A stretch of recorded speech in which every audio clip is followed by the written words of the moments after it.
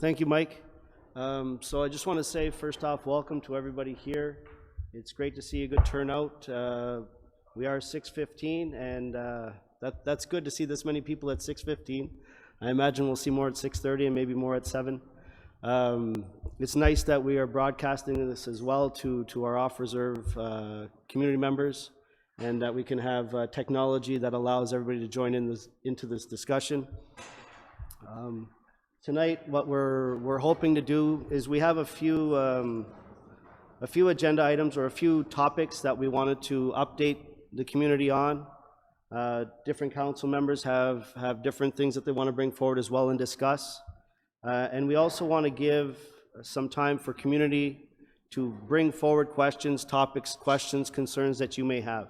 So we'll try to squeeze all that into as this evening as much as we can, but it's something that we look to continue to do, is have these type of sessions where we can engage in a dialogue, talk with community members talk with us. In fact, I mean, we are all community members. We're all trying to do the best that we can for this community, and that's the important part going forward, that we all get on that same page and see how we can contribute and make Listuguj better. So with that being said, some of the topics that we have on the agenda tonight stretch back to work that's been done between the last community meeting and this community meeting, and also some updates on things that were brought up at the last community meeting. Okay? I have a list of topics here that have been brought forward by council. I'll pass that forward on to the council members to speak on.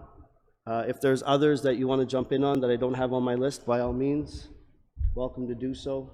But we'll start off with our Chief Counsellor, Cathy, to update on the graveyard.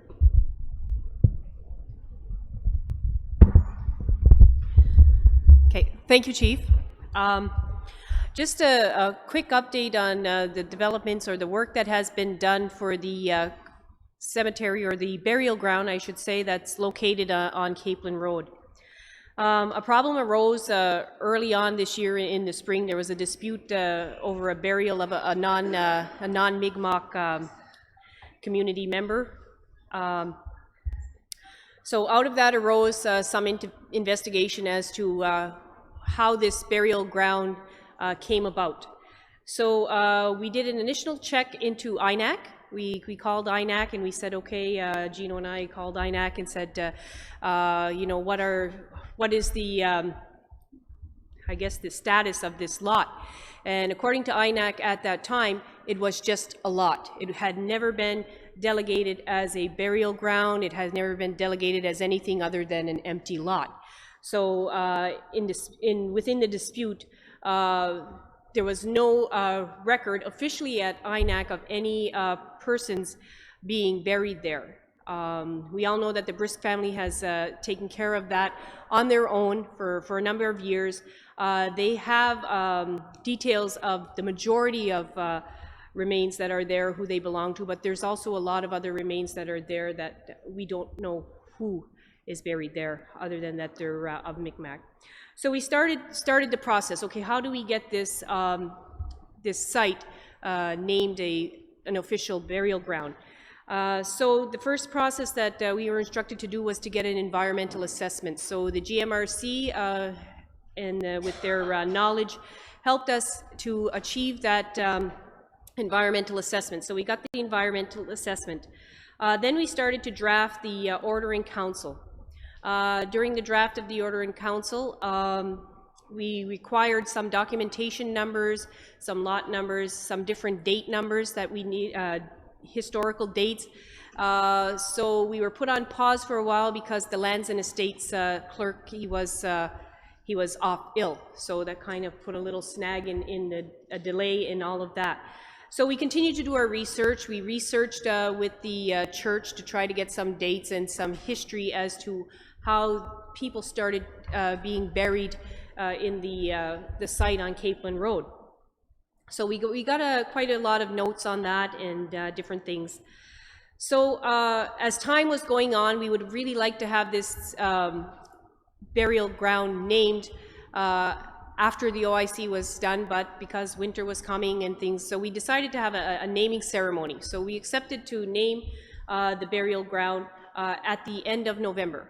So we had a little naming ceremony there at the end of November, followed by a community gathering at the Elders Lodge, where we have a recorded exchange of people providing information as to how the burial ground came about, who's there, because there's a number of community members there that were identified as, yes, my aunt was there, you know, my mother's first set of twins are there, things like that. So we have some information there, and this is all recorded, and it's going to be later transcribed so we can gain more history of that.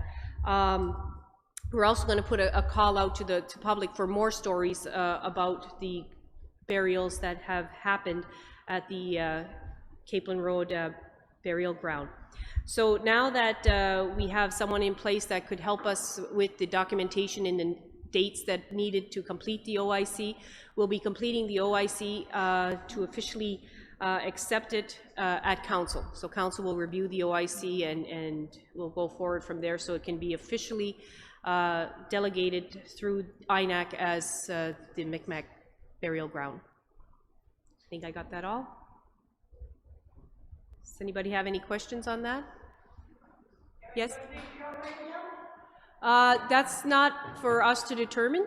Anytime there's a body that has been buried anywhere in Canada, for whatever reason, you need a judicial order to excavate a body. That cannot be decided here. It has to be decided in a court of law.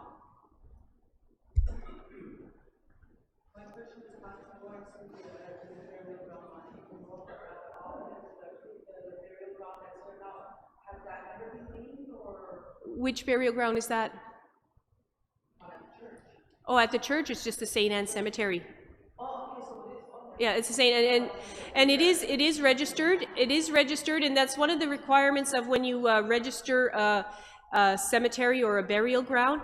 You have to be accountable as to who is in that lot. So you need to have somebody be a keeper as to who is buried in this location. So that is a requirement that is needed in order, so that there are some regulations, and that will all come about in the OIC, but there is accountability to that. You know. Is there a number as to how many people are buried there? I'm not sure on that. Maybe Bob Brisk would know that, but he does have accurate records as to how much he knows, and a guesstimate, I guess, of how many bodies are there that he doesn't know of. Are there markers? There are some markers, yes. To the ones that they have found that are unknown, they are marked, but you know, we've had discussions about maybe there should be a plaque and put some names there, because we know people are buried there, but we don't know where or who, or like where. We know who, but not where, and then there's others. So we're going to ask community members to come forward and identify some other bodies that may have been there. What if families wanted to move, like a family member out of there and put into the St. Anne's cemetery? If anybody wanted to be moved, anything is possible, but again, in order to remove any body that has been buried, you need a judicial order. It's not for any of us to decide. You need to present your case to a judge, and it will be the judge that decides if the body can be moved or not. To the cost of who? To the cost, it's usually the cost of the people, the person that wants to do it. Yes? So the third question was if there's no map, how do you move the body? Well, yes, that's just it. And I know Mr. Brisk, Bob Brisk, he has quite detailed maps of the lots and who's in there, and he has some saved for family members. He has it quite detailed. Of course, there are some things that he has found when he tried to bury people that he hits like a corner of a coffin. He makes note of that, but again, it's an unmarked grave, but he knows where some of the unmarked graves are. He doesn't know, there could be others. But yeah, so you see there's, you know, we could make note of it, but if to be moved, it always has to go through a judicial order. Okay? Any other questions on that? Yes, Paul?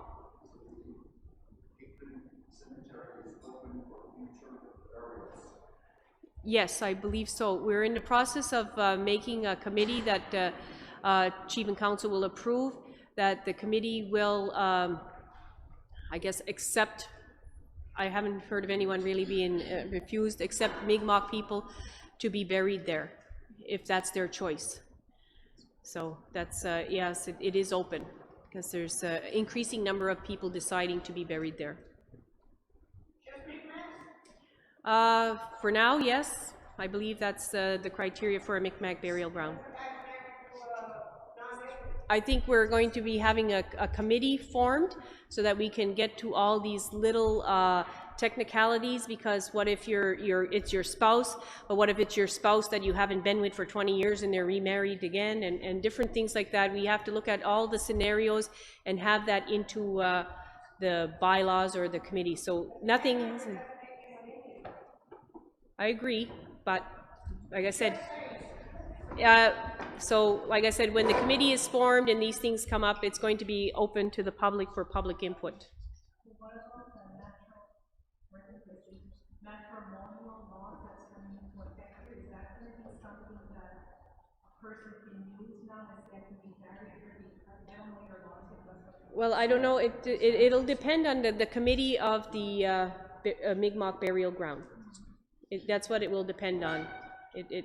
You know, whether they accept that or not, that'll be decided by the committee. So, but like I said, we're in the process of developing the guidelines and the OIC and that, but it's been officially named and recognized in the community.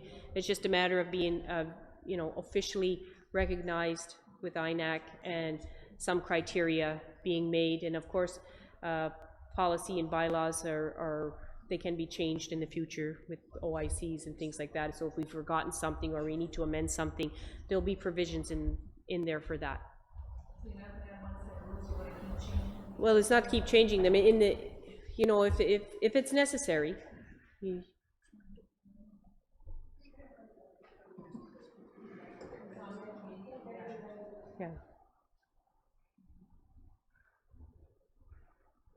Does anybody else have any questions? So Cathy, who's responsible for the graveyard right now? Who's responsible for the burial site? Yes, it continues to be Bob. However, we're open to having more input. The suggestion was, and it hasn't been ratified by council, but the suggestion was to have one member of the Brisk family, because we have to acknowledge that the Brisk family has taken care of this graveyard since its conception. So there's one member of the Brisk family, one member from the tribal council, and one member from the elected council. So this is what we're discussing. It hasn't been ratified, but this is the discussion we've been taking right now. And currently it's myself and Vance Brisk who are working on the OIC.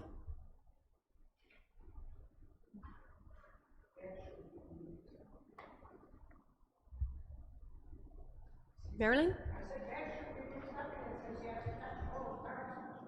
With, yeah, yes, but he's a member of the Brisk family, and it has been. Would you like to work on it as well? Well, it could be. When we come up to our community input, for sure. As long as we all come to, you know, positive solutions, and we're working towards something that's going to work for the whole community, you know. So, no, fine. So that's the update on that. Okay, thank you. So the next item I have on my agenda fits well with Sherry's question, and the matrimonial real property. So I'll throw that over to Shiela, who's the table expert on matrimonial real property.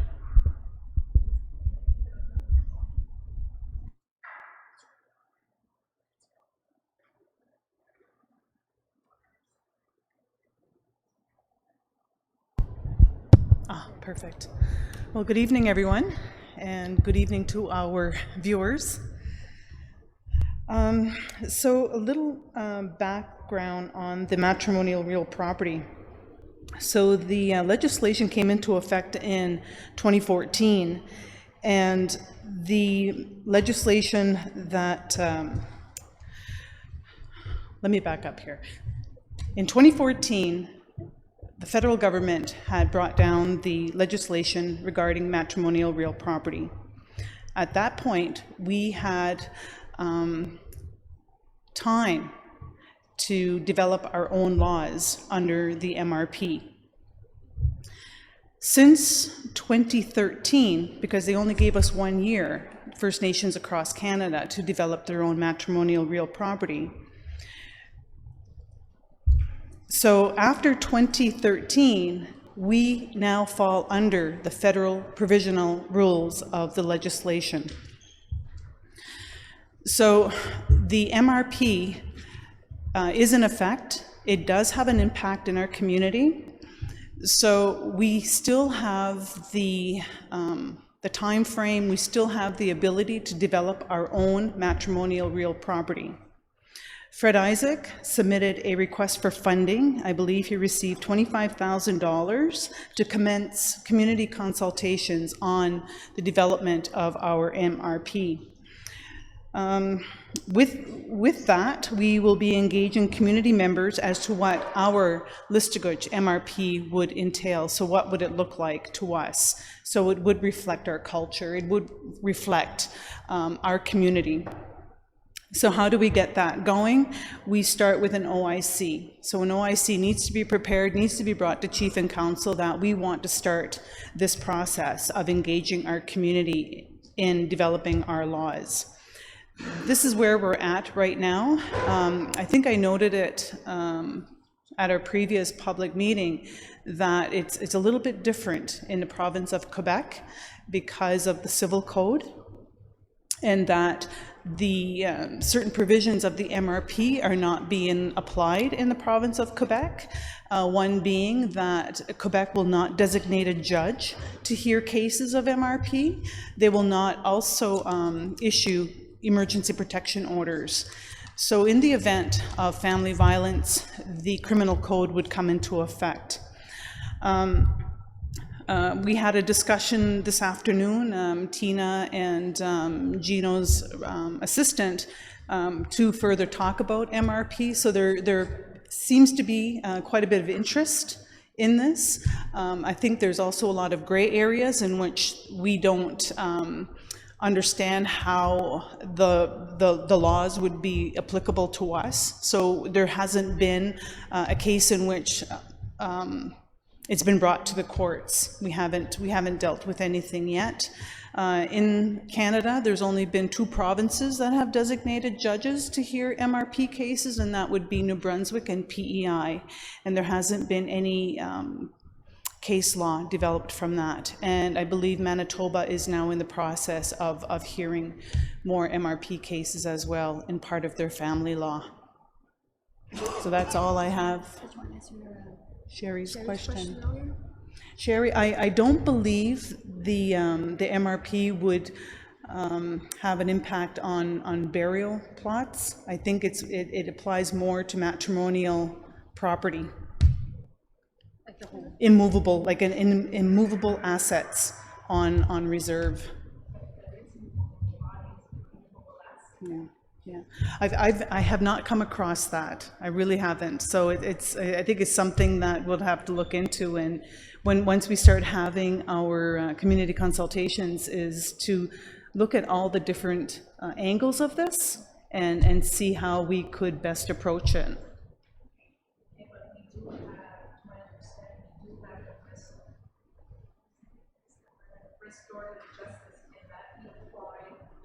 Yes, when we're dealing with disputes, restorative justice can be applied.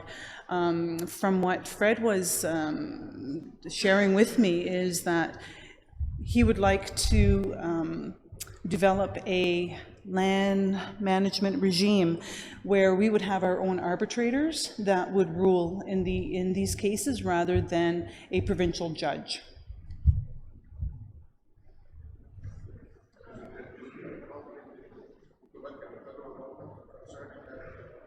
not with the MRP, Frank. But in the province of Quebec, they're not fully embracing the MRP. They're still of the notion that it's federal land, it's federal jurisdiction, and the judge cannot or will not make a judgment based on that. So this is where we're struggling, but the Centre of Excellence is also trying to educate lawyers and judges in the province of Quebec so that they're better prepared to address the MRP cases.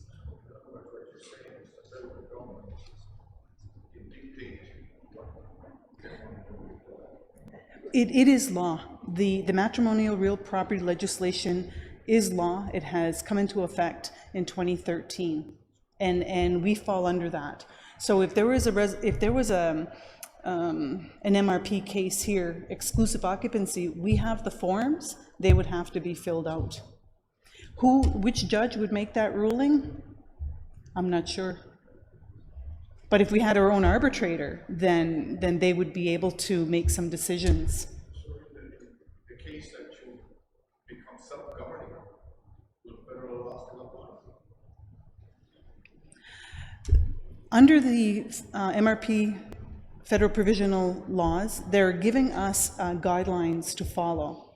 So will it change when it becomes self-government? I'm not 100% sure if it does or not, but we're at a point that we can develop our own based on what the guidelines are.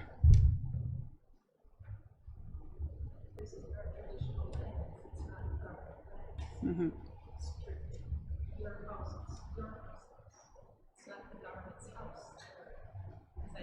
But I understand that, Sherry. I understand that, but it is still a reserve.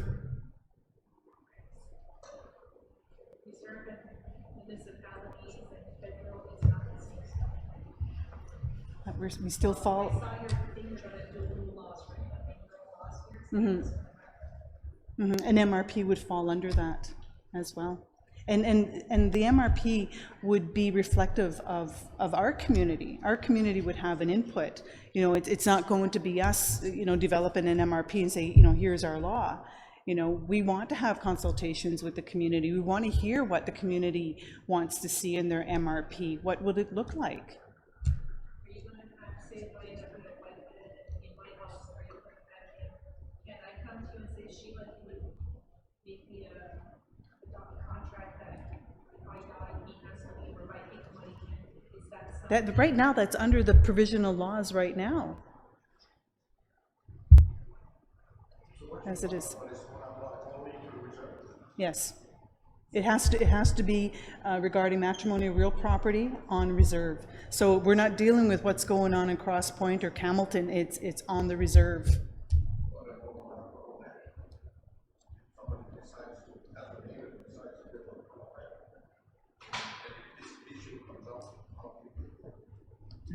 Maybe this is something that we can put in our own laws, Frank.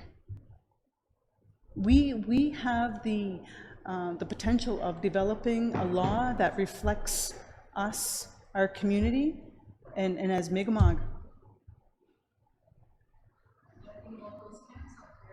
No. Mm-hmm. But it's immovable property. Mm-hmm. I don't know about the camps. Yeah, I know, you're just hearing.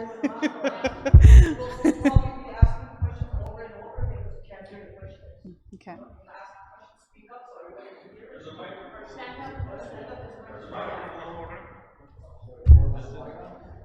Mm-hmm. Okay.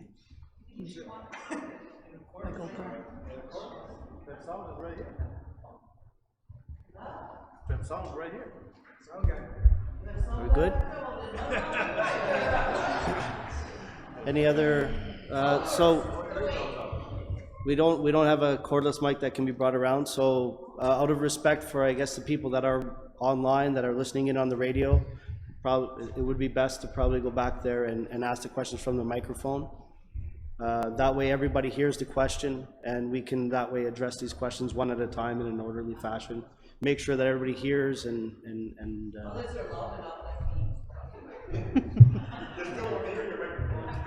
So, is there any other?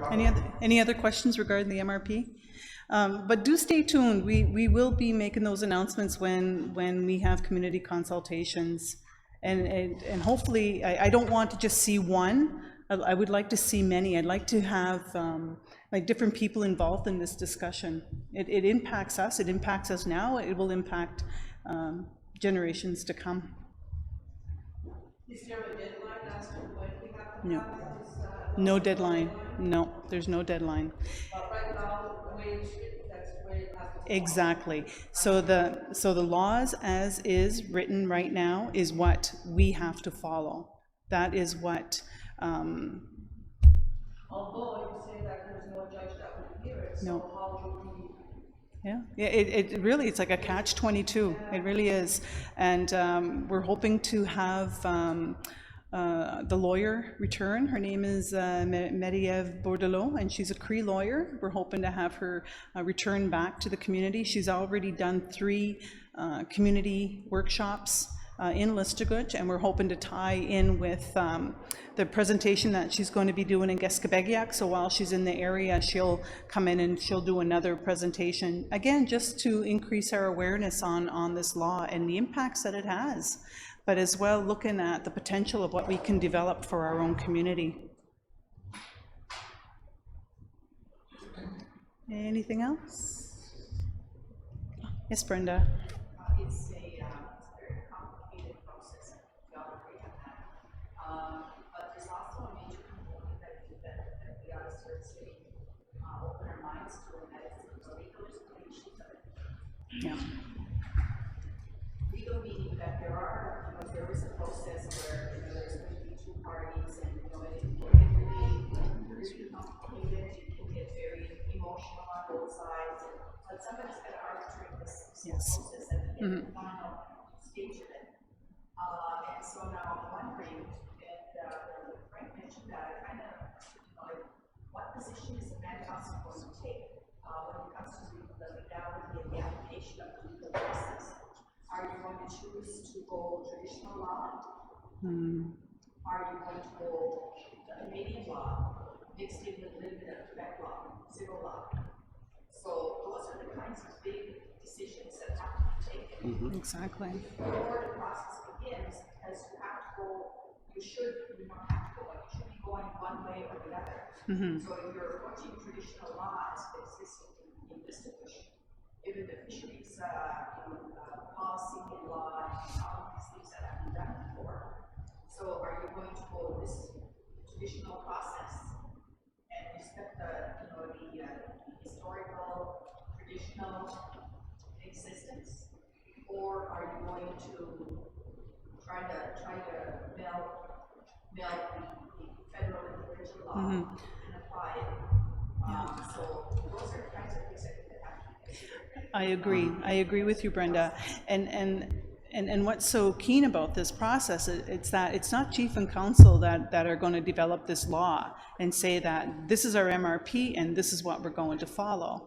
It really allows that engagement to take place with community members. So, people from the tribal council can come forward and be a part of those discussions, and those that want to, incorporate Canadian law or maybe some sections under the Indian Act.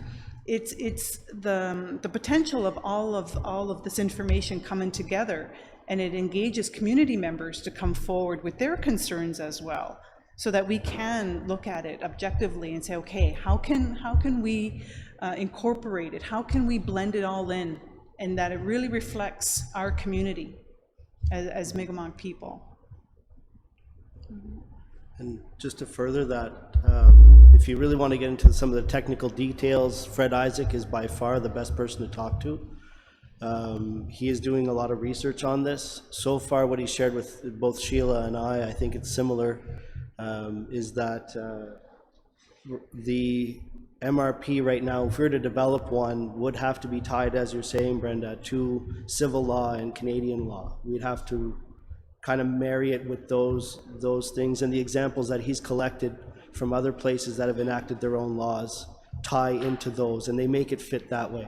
But where Listuguj right now, we're in a bit of a different situation, is that we've also taken steps to go into the land management regime, right? That's where we as Mi'kmaq of Listuguj take over the management of our own lands. And in that process, we can develop an MRP that would be respectful of our own traditions. We would take on that responsibility as a community to be that arbitrator, be that board or governing body that oversees some of these decisions. Tough decisions, but at least it's us making them for our people.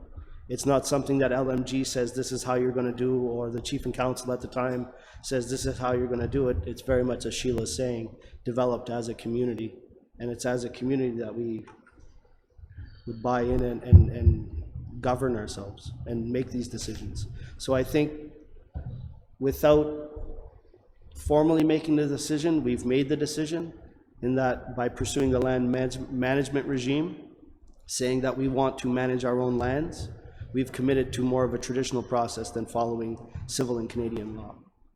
I understand that, is that the two policies that you're talking about, land management and matrimonial law, are both policies under federal government, vis-a-vis the Indian. So, that's what I'm suggesting to you, is really think about that early on. Which law is going to prevail? Traditional law or except the federal and provincial law, because there is provincial implication in the territory. However, a position has to be taken back to the council, which road they're going to take. So if you're already saying that matrimonial law, and the other version that you have already going, the land management regime, is going to fall under federal and provincial. Well, No, I'm saying the opposite. I'm saying that it would, sorry, I might have said that the wrong way. Saying the opposite, saying that through the land management regime, we would take control. We as Listuguj would take control over the management of our lands. Not through Canada, not through, we would manage those lands, and we would pull out of the Indian Act in that. Yes. Yes. because the way it works now is that the minister has the final authority, the final signature on any land management contract, right? Yes. So That, it'd be interesting to see how that's going to be. I think it will be. When you start the process with MRP, are you going to involve all the people that are on the board list? Under the current provisional federal law, we have to. So those that are on our ban list would have a right to vote. Because if you don't include all the people that are on the board list, it's going to So its ratification will have to be taken place. There's a 25% threshold with it. At our last meeting with the advisory committee, we were told that the Minister of Indian Affairs was taking a look at the MRP legislation, and that there were some concerns. If there's going to be changes to it, there's that possibility as well. But right now, the threshold for ratification would be 25%. Yes. No, this would be the same with the MRP. It's included in the provisional laws, the legislation.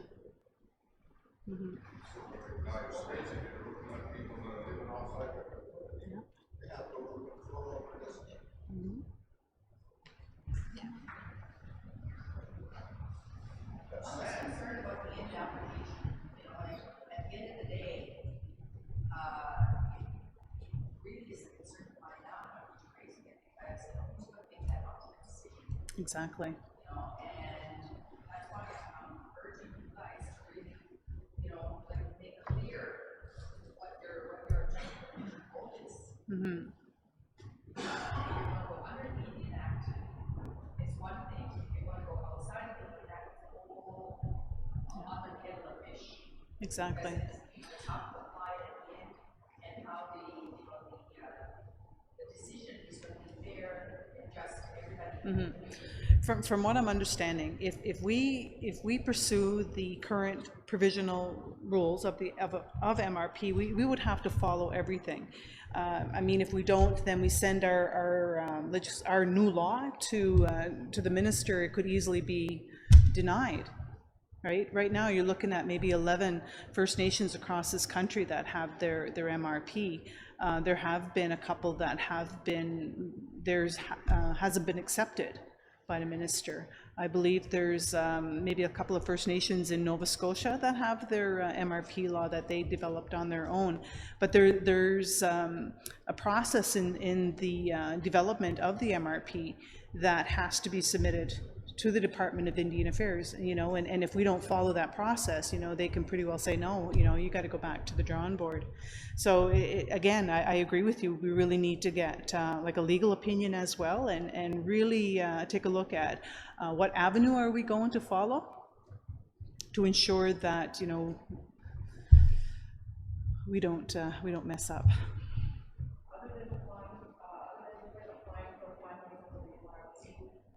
Is there anything that has already been done, and if so, what is there a timeline of when this is going to take place? Or? As far as I'm aware, Dolly, there's been a lot of promotional material. I know that the Centre of Excellence has distributed information cards in everyone's mailbox. But it's been a very slow process. You know, when the federal government brought down this legislation, it came with no funding. So, you know, communities were left with, well, we don't have the financial means in order to develop our own laws. And so that was the real sticky point in all of this, right? So it's been really slow. We estimated it would cost anywhere between $150,000 to $200,000 in developing our MRP. And where does that money come from? I mean, you know, Indian Affairs is not giving you that extra monies to develop this. And where are we at right now? Well, I mean, we got $25,000. You know, and if that helps in getting the consultations going in the community, you know, I think that's a great start. I mean, we do need the input from community members when we're developing this you know, this law. And are we going to take a look at the other development communities that have already developed there? I believe Fred is already. Yeah. Yeah.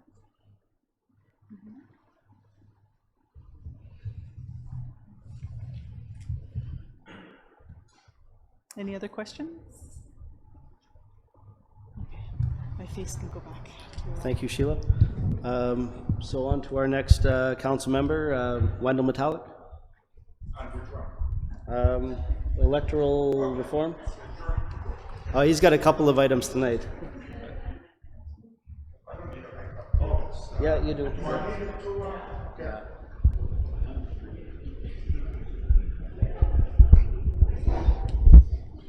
Ought to be different if we were online, but I can be heard well. Good evening, Rayula. It's about the Bill C-9, First Nations Election Act. Everybody's aware of it when they made amendments to the new act. We are still under the Indian Act, so-called election code. We've tried couple of times, 2 times, I guess it was back in, one referendum was in 1995, and the other one, I believe, second referendum for our own custom code election was back in the 2000s. But since 2014, with the APC, Atlantic Policy Congress of Chiefs, they were working on amending the Election Act that's in process right now, which was called Bill C-9, First Nations Election Act. Bill C-9, First Nations Election Act received royal assent on April 11, 2014. The Department of Aboriginal Affairs and the APC have completed the regulations which came into effect April 2nd, 2015. Presentations were provided all through the First Nations in Atlantic Canada with the amendments, the new amendments that were made. We had some copies ready for you this evening on the acts, what it was before and what it was then, what it is today. Last election since November, I've been working on some of the files also with Chief Martin. I was working on that file. I've emailed all council, have access to all of them. It's leadership selections in First Nations and the Bill C-19, the pros and cons, what they changed it into, the new changes that were made in the Election Act. If I'm a 2-year term to a 4-year term, and there's more small changes that were made, but we will make, after this meeting tonight, we'll make it more available to you. And I'll be arranging for the department heads to come down to explain, because we could have implemented it easily in the last election, the 4-year term, but consultation has to be done with our people first before we implement it. And this Election Act still applies to us till we have our custom code election. As you all know what a custom code election is. So right now, if we want to go into Bill C-9, we need consultation. We will do consultation with the public. How do you guys feel of calling back APC? They did presentations here. I don't know if some of you were here at the time. It was done in 2014. They were going around, not the country, but around the provinces, 5 provinces from Newfoundland, Nova Scotia, Listuguj is part of it, Quebec. So if we were going to do that, we have to soon, well, we still, before the next general election, it's another 15 months, 14 months. But are we going to opt into that? We have a choice. We can remain at the, status quo, but we can look at these changes. Custom code. Now, excuse me, I'll keep that for the ones that can't understand. Custom code is our own election act, where there's still over 200 and some First Nations under the Election Act, but we have a lot of First Nations under custom code, under custom elections. I forget how many. It's our own code. It's a way from, we don't need to go to permission to the Department of Indian Affairs to conduct our own elections. No. Remember the 2 referendums we had back in 1995, was it, Brenda? We had 1 referendum on it. Then there was another referendum done. Which year was it, Cathy? 2005. So 10 years apart. So do we start, are we going to go for another, would you guys like another round 3? Start working? Yeah, well, the election promise will start in custom code election. But any change or any act is not going to take overnight. It's going to take a lot of dollars. Even for election, when we call, well, it's just like election, we'll still, for that, we'll still have to go to a referendum. There's no doubt about it. Custom code election. Because it's implementing our own laws, our own regulations. That's completely different. So the second one we did, we lost. People said, oh, go back, so they'd rather stick to the Indian Act code, which they had. So they tried to make it a little better. Still not better. It's still not to our liking, but. In your opinion, what was the fear of the election code in 1995 and 2005? What was the fear of the people here? Too many questions, Cathy, at the time. There was too many questions, and we just couldn't. First one took way over a year, maybe 2. But there were a lot of consultations done. There were almost every month, every other week.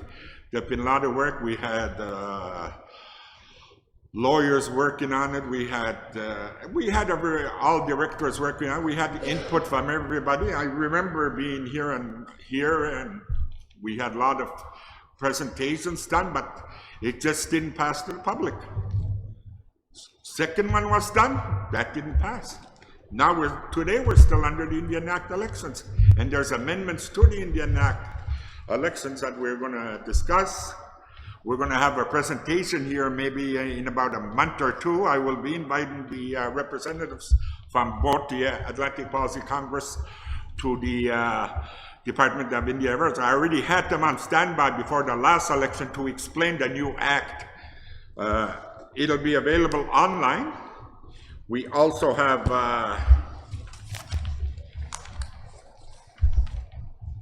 it's through the Indian Act Elections Act.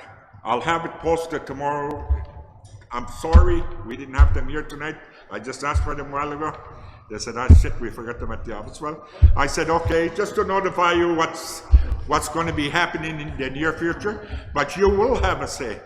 You, the public, will have a say how you want your elections to go. When you were having consultations back in 95 and 2005, was there a big turnout? The turnouts were close. I would say, if I go back... How many people attended the consultations? Were there a lot of people attending the consultations at the time, or was it the same people? Same people mostly, same different.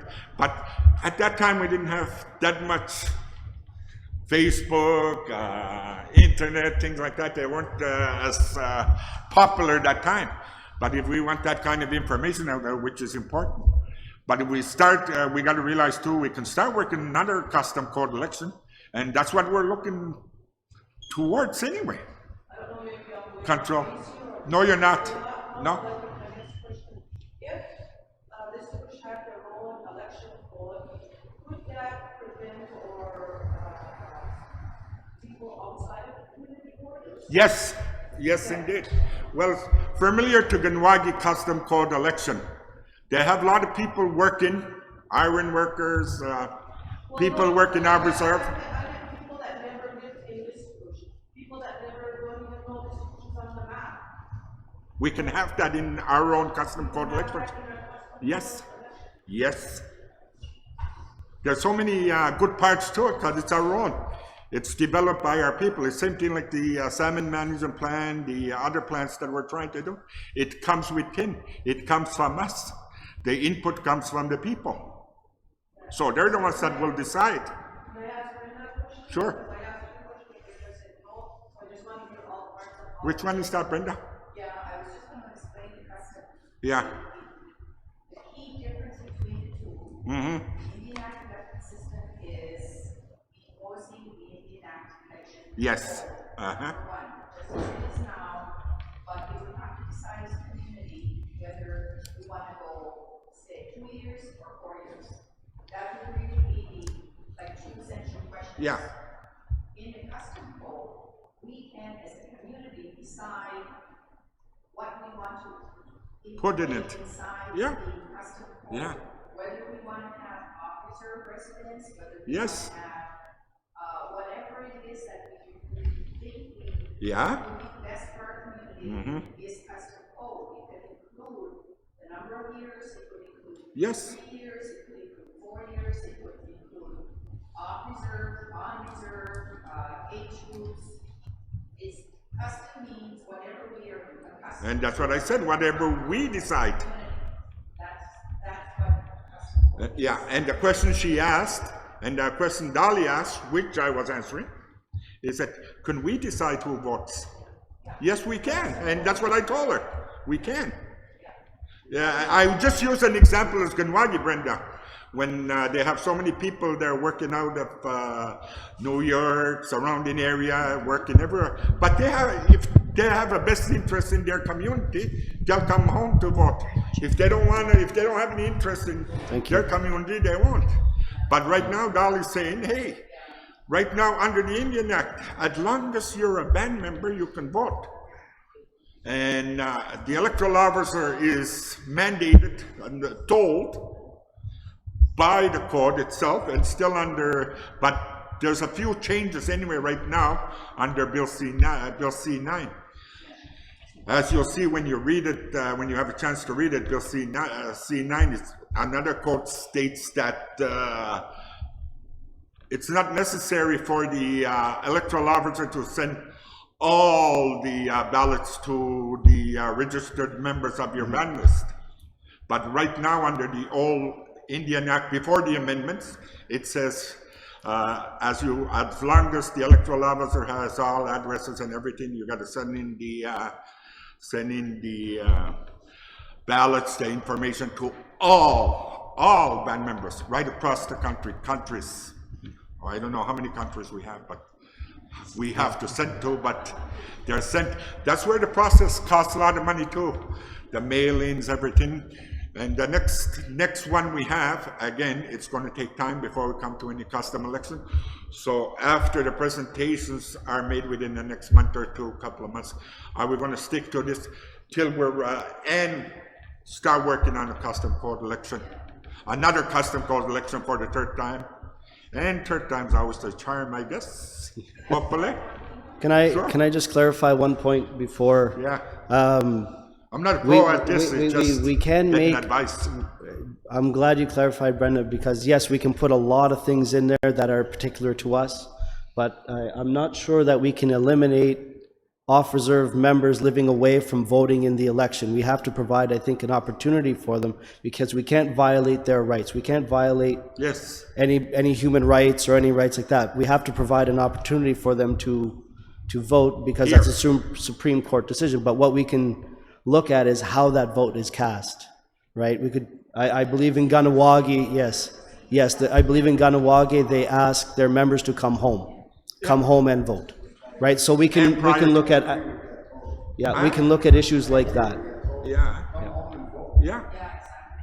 Yeah, that's what they do in Ganawagi, and they in Ganawagi too, because they come home on weekends. Some can make it on election day, so they'll have advance polls for them. Yeah. So they're accommodating their electorate.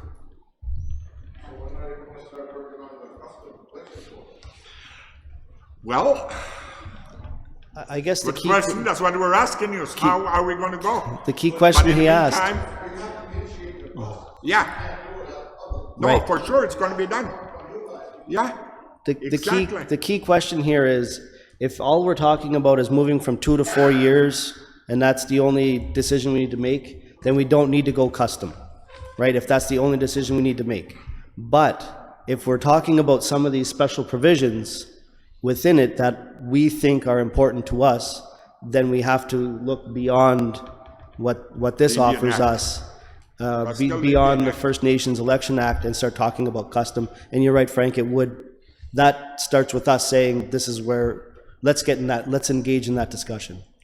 And the next one that we have, like, I remember one time there was just simply too many questions. The whole act itself, vote on one act, the custom code election. We'll make it clear to them this time, but again, that's going to take time and money. So in the meantime, we're still with the Indian Act. We're not with Bill C now, we're still with the old act, the 2-year term. And there was one incident from the last election, there's changes to recounts. There's about 10 changes to Bill C9 and the existing act that were under 2-year term. So we're still going by the Indian Act till we come up with our own custom code election, and hopefully that will be within the next year or two, couple of years. We still got to work on, there's still a lot of work that has to be done. We can go back and look at the 1995 one and the 2005 one, like Cathy said, comparison, and start working. Maybe we don't need to start over. We can go by the both acts. But so nothing would be done without your consultation, without your permission, without your before we go ahead on anything. I think that's what we make a lot of mistakes, is that a lot of things are being done. You have community regarding different projects and everything. However, when it doesn't go through, it's put on the side because we're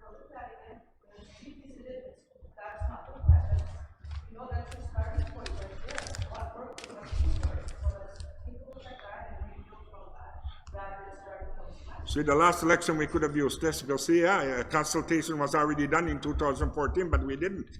We simply could have signed an order in council, okay, we're gonna accept Bill C9 and go with the 4-year term and the changes that are under that and still under the Indian Act.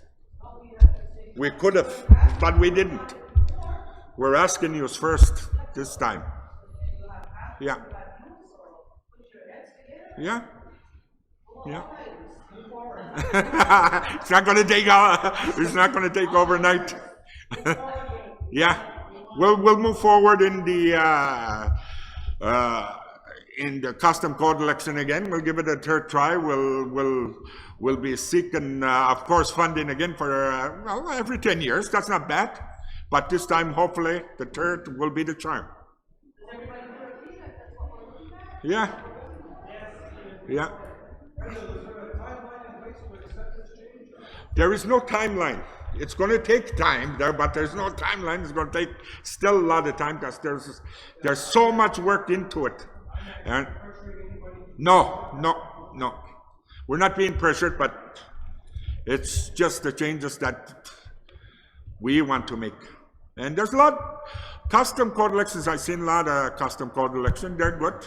We get input from everybody. It's your code. It's not our code. It's your code that you're implementing. It's not any different from the salmon management plan and the other things that we're doing. It's what you implement. It's what's going to be. We're going to be governed under. Are you following the system that's in BC? No, this is the federal. These were one of the bills, anonymous bills they called that time. This. No, they're the ones that did the consultation at that time, 2014. The Atlantic. But we're we are part of them, yeah, working with the 5 Mi'kmaq provinces, Mi'kmaq, Maliseet, Passamaquoddy provinces. Yeah. When they did say that it was consultation with our community, that was a lie. There was no consultation as far as the 4-year term was concerned. Yeah. From the previous administration, they took it upon themselves to decide that they want to start using the 4-year term. No, but we didn't. We didn't take the 4-year term. Because No. there was pressure because of that. Yeah. At a public meeting.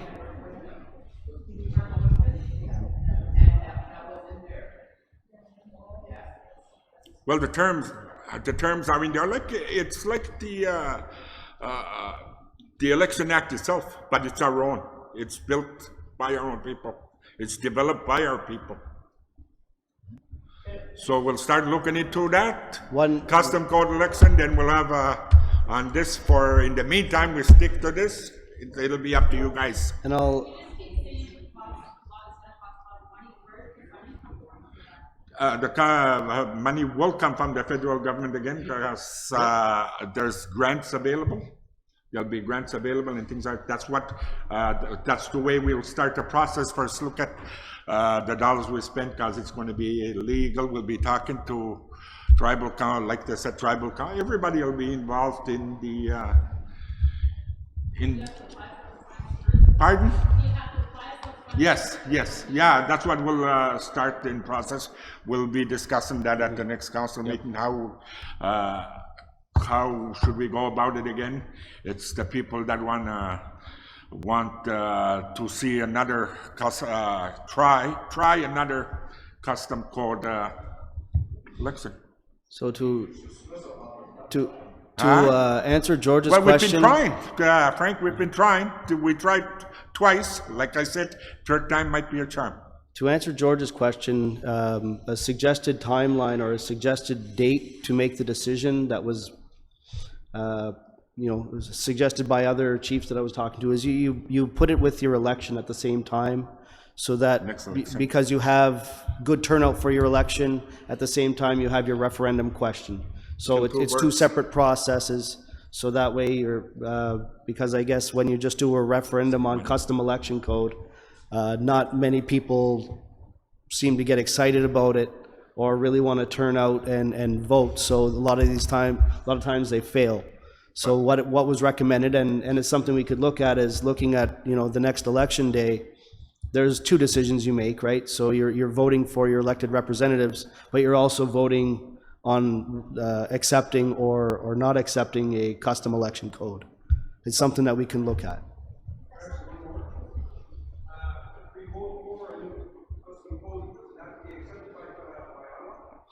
Yes. Ottawa basically has to let you out of the Indian Act.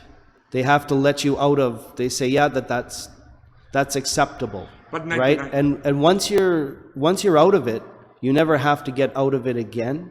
You could then make tweaks and things along the way. You say, oh, that's not really working for us. We want to make this change. We want to make that change. It would have to go through a referendum process, mind you, or a process that's been identified in your code for making changes. But we would have much more discretion. We wouldn't need INAC or anybody, the minister, to say, yep, That's you your know, phone. you just do it once. Hey, Chief, and INAC would accept it because it goes through a referendum. It's just like a process, Minister Ganti. Once we agree to it, it goes through a general election, and 99% of it is accepted through the minister's office. They asked you to do it, we did it. Now we're doing it for the third time, and we're going to do it this time with a charm. Third time's a charm. We'll try our best. That's the only thing we can do right now, and keep the general public consulted.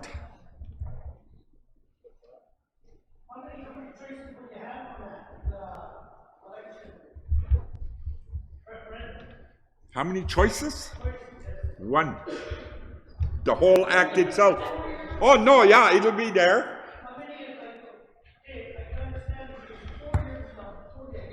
Mm-hmm.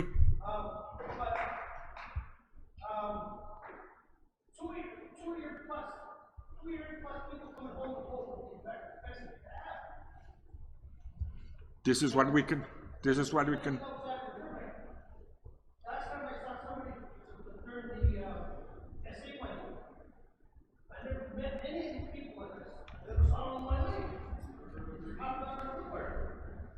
There's some names we didn't even recognize in there. Or that's what it is.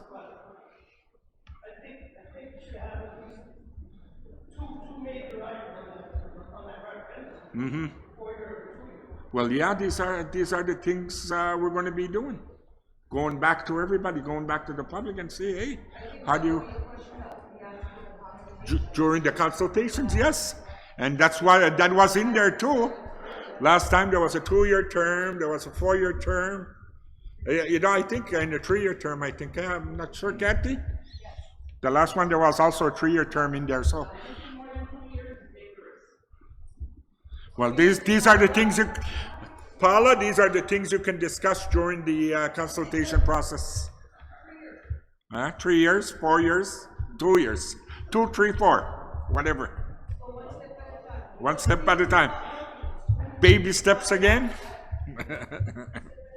Yeah, that's the best way we can do it.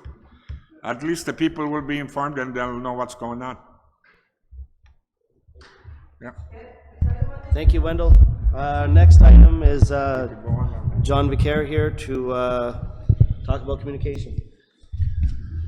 Hi, Council Communications. I think that's one of the biggest criticisms that we've always had with Council, and the lack of communication.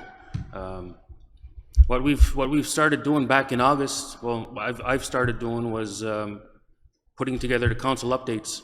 I don't know if you've been seeing them online, in the mail. I know some have, and I know a lot have. So how that works usually is during the council meetings, I take my own notes, and periodically, I think so far we've released about six council updates. So approximately every month and a half to 2 months, well, month and a half. So I put those together, and I put together a draft council update, and I send it to all of council. And I give them about a day or two to review it, to look it over, to provide input. They tell me, you got that wrong, it's actually this, and so I give all of council time to review and provide input. So really what it is, it's endorsed by council, and it's official communication from council. Also, what we've been doing with council communications, we're holding community meetings. You know, this is our second community meeting. Would be nice I believe that if we could have them perhaps every month or every 2 months instead of every 4 months or 3 months. But also tonight we've added on. Mike is actually I work with Mike in communications to get this information out day to day. I still work at GMRC from 8:30 to 4:30. That's how I make a living. That's where I get paid. But when it comes around to communications time, the council, I put together the updates. We've added YouTube now tonight. You know, we're trying to get out there a little bit more to off-reserve members or those that can't be here tonight. What I'd like to see too is tonight it's also being aired on CHRQ, which is really good. So I think it's, you know, there's always improvement to be made with in terms of communications, in terms of communicating that information to community members. And, you know, it's really important that community does, I guess, know what's going on and to actually take a proactive approach to finding out what's going on. I know I see during our council meetings, we promote that they're open and that anybody can attend. And I do see some community members who are always there. And I think that's great, you know, because you have to know what's going on, because if you refuse to I guess listen and then well, yeah, so for me, I would like more people, you know, get involved. We're going to look at other suggestions on how we can improve, you know, if there's anything else we can add on to it. Newsletters, monthly newsletters, perhaps. I was speaking with Mike earlier and seeing that perhaps maybe when these council updates do go out, maybe we can have them played on the CHRQ radio as well. So now that we'll be sending them out by mail, we'll be posting them on the LMG website. It gets posted on the Facebook page for people to, it says, you know, come check out the new update. And we're open to suggestions on how we can improve. What's best to get the information to you. That's what we would like to know. That's what I would like to know. And I have a suggestion. Sure, go ahead. I'm getting a text from some people who are listening out in the YouTube world, and they can't hear the questions from everybody, so maybe next time have a cordless mic and somebody to facilitate to walk around, because sometimes it's very intimidating standing here, I know. So that's just a suggestion. No. And I think that we can easily do that in the next meeting. We'll have a wireless mic. We'll have paper copies of everything that we need. And really, and it's also important, our council minutes also get posted online. So look at those as well. You know, I think we have another batch that we need to look over. So I think those will be the November council minutes that we can, on our next council meeting. So we're trying to hit online, we're trying to hit offline, over the air, and any way we can add. So if there's any suggestions or questions, feel free. I think that you guys are doing a lot more. This administration is doing a lot more in being transparent and bringing out the information that I've seen in the past 10 years at this school.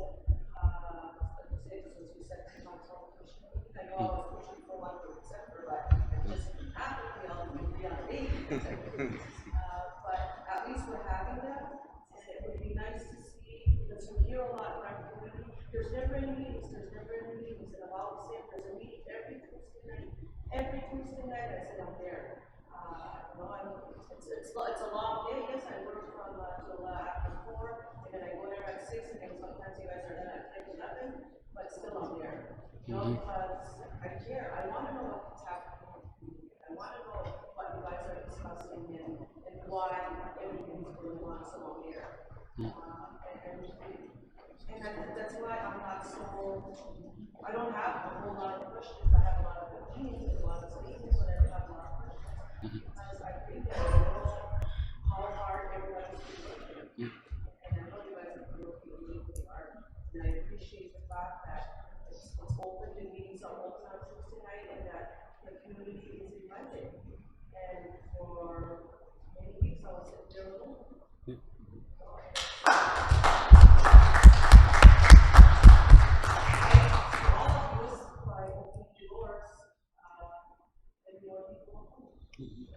They're there and it's open and it's inviting. I don't ever feel like I'm not invited or Not like welcome. the eyes of the non-invited. And everybody is getting along. And you know, that was one of the reasons why I decided to go, because they were saying that chief and council were all in chaos and everybody's fighting and arguing. But it wasn't like that, and it hasn't been like that. And you know, you guys are going to disagree or agree. Everything's done on the table. It's nice for somebody who's been there at all of the meetings, it's nice to see all of you guys working together.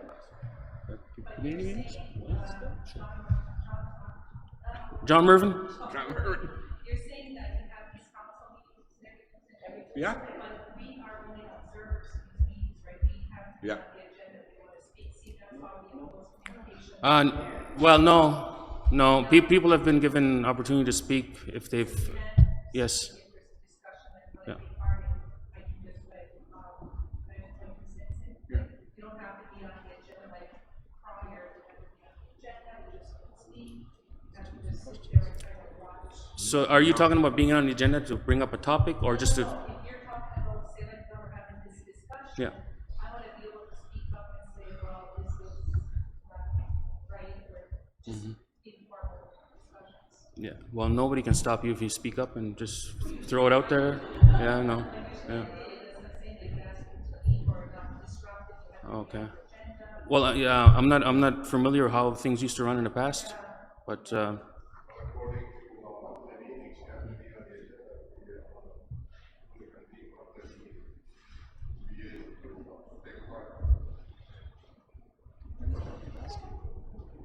yeah, again, if you have an issue to bring up, it's best to ask to be on the agenda. That way you have your own time. So, if you have issues to bring up, ask to be on the agenda. But for sure, you can come out any Tuesday night, and if you have comments to make, or you, oftentimes we stop and somebody that's not a council member has something to say, and so we stop and everybody listens. You know. Yeah. Yeah. Yeah.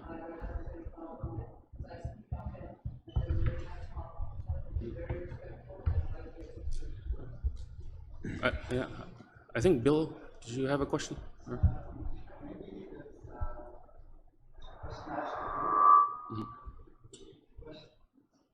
Okay. Okay. So what he said was, if there's a question asked to me, I should repeat the question. Yeah. Okay, online then. Yeah, you're absolutely right. Vicky?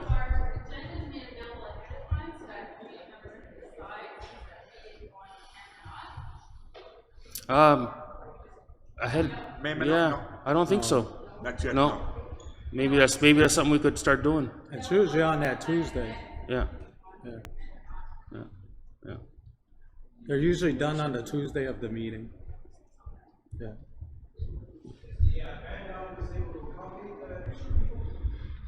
Up to about 50, 40, 50.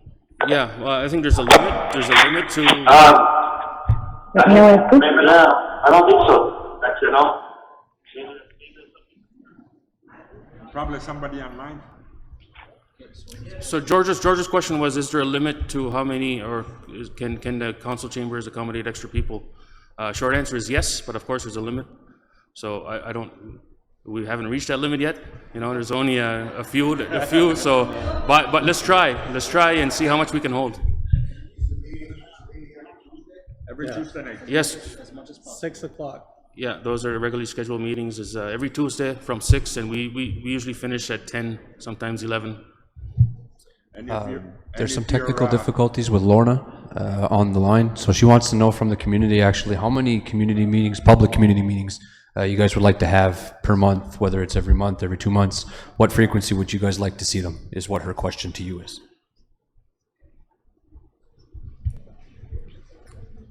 Every month, every 2 months, every week?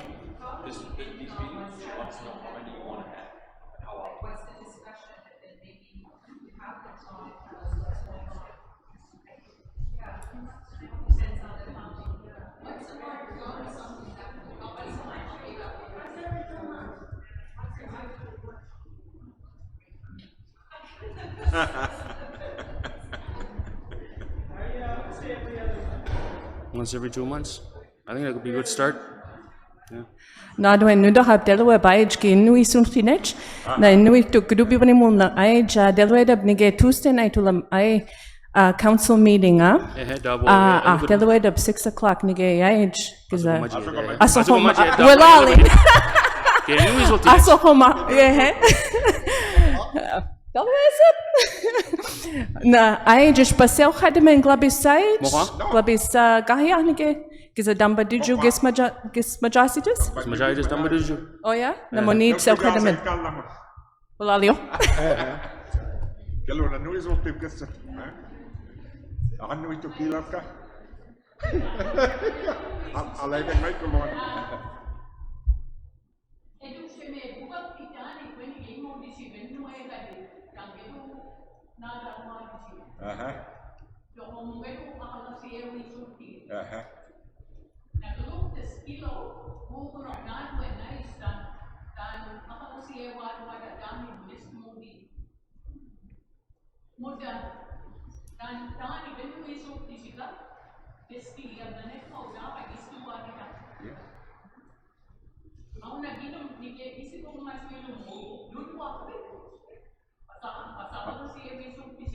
Mos cuidado met dat lo je pas alles hier wordt dit. Alles hier wie soort dit ja.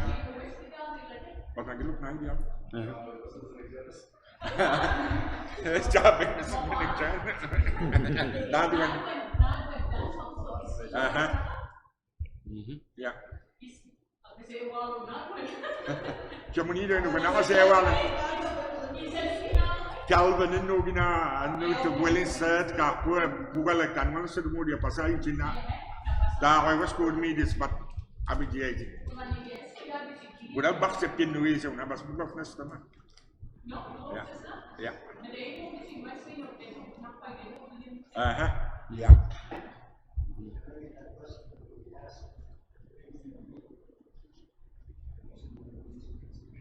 Translation is got the a mood. Yeah.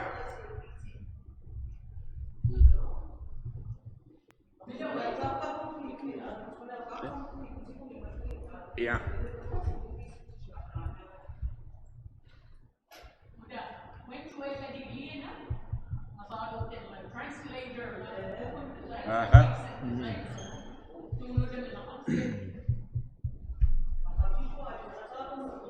Pas lagi nunggu kan ibu ini no klari kan na.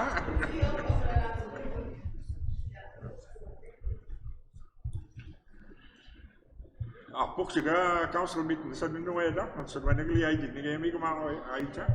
Matter of fact, graduate off to the few next week, 27th. Yeah.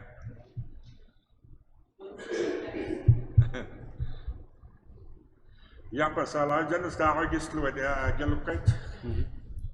Bukan. Hadi ya Allah siapa tu? Ya.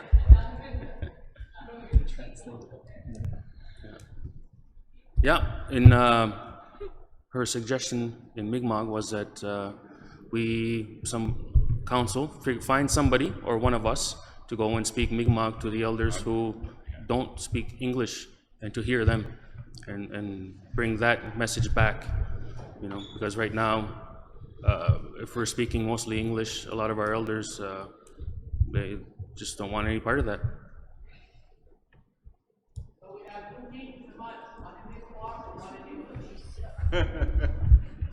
We could try, eh? No, not right now. Yeah.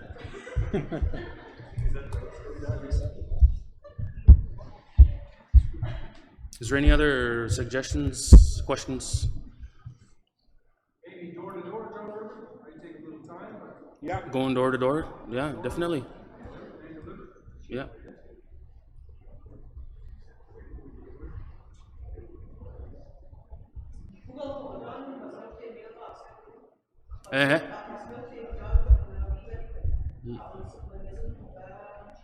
Ja, det ligger der.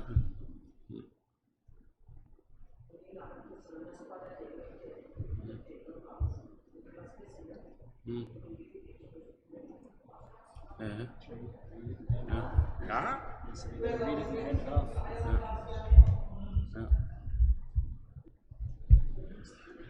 Yes. There's somebody, Chief? Paul? Paul?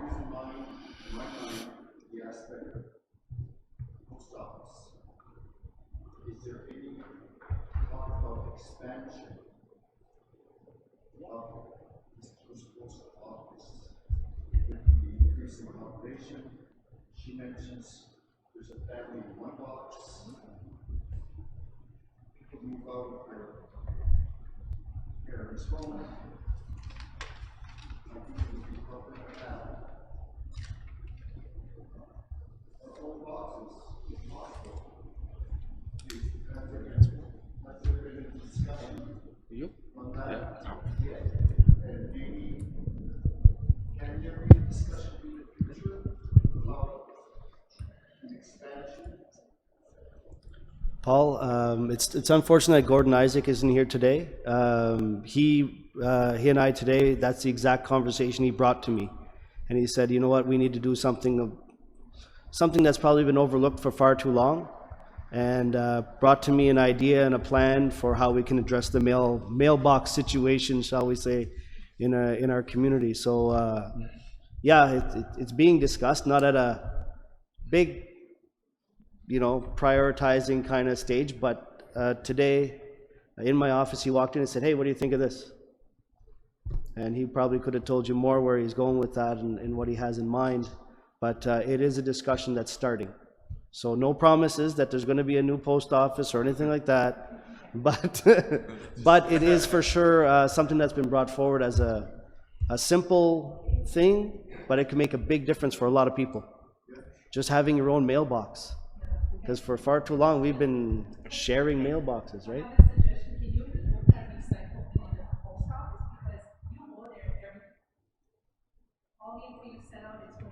It's full of council updates. We recycle those. Yeah, but at least it's getting home, because some people say, I see it. Maybe, yeah. Maybe something attractive, or hey, you mail it back or something. Yeah. Huh?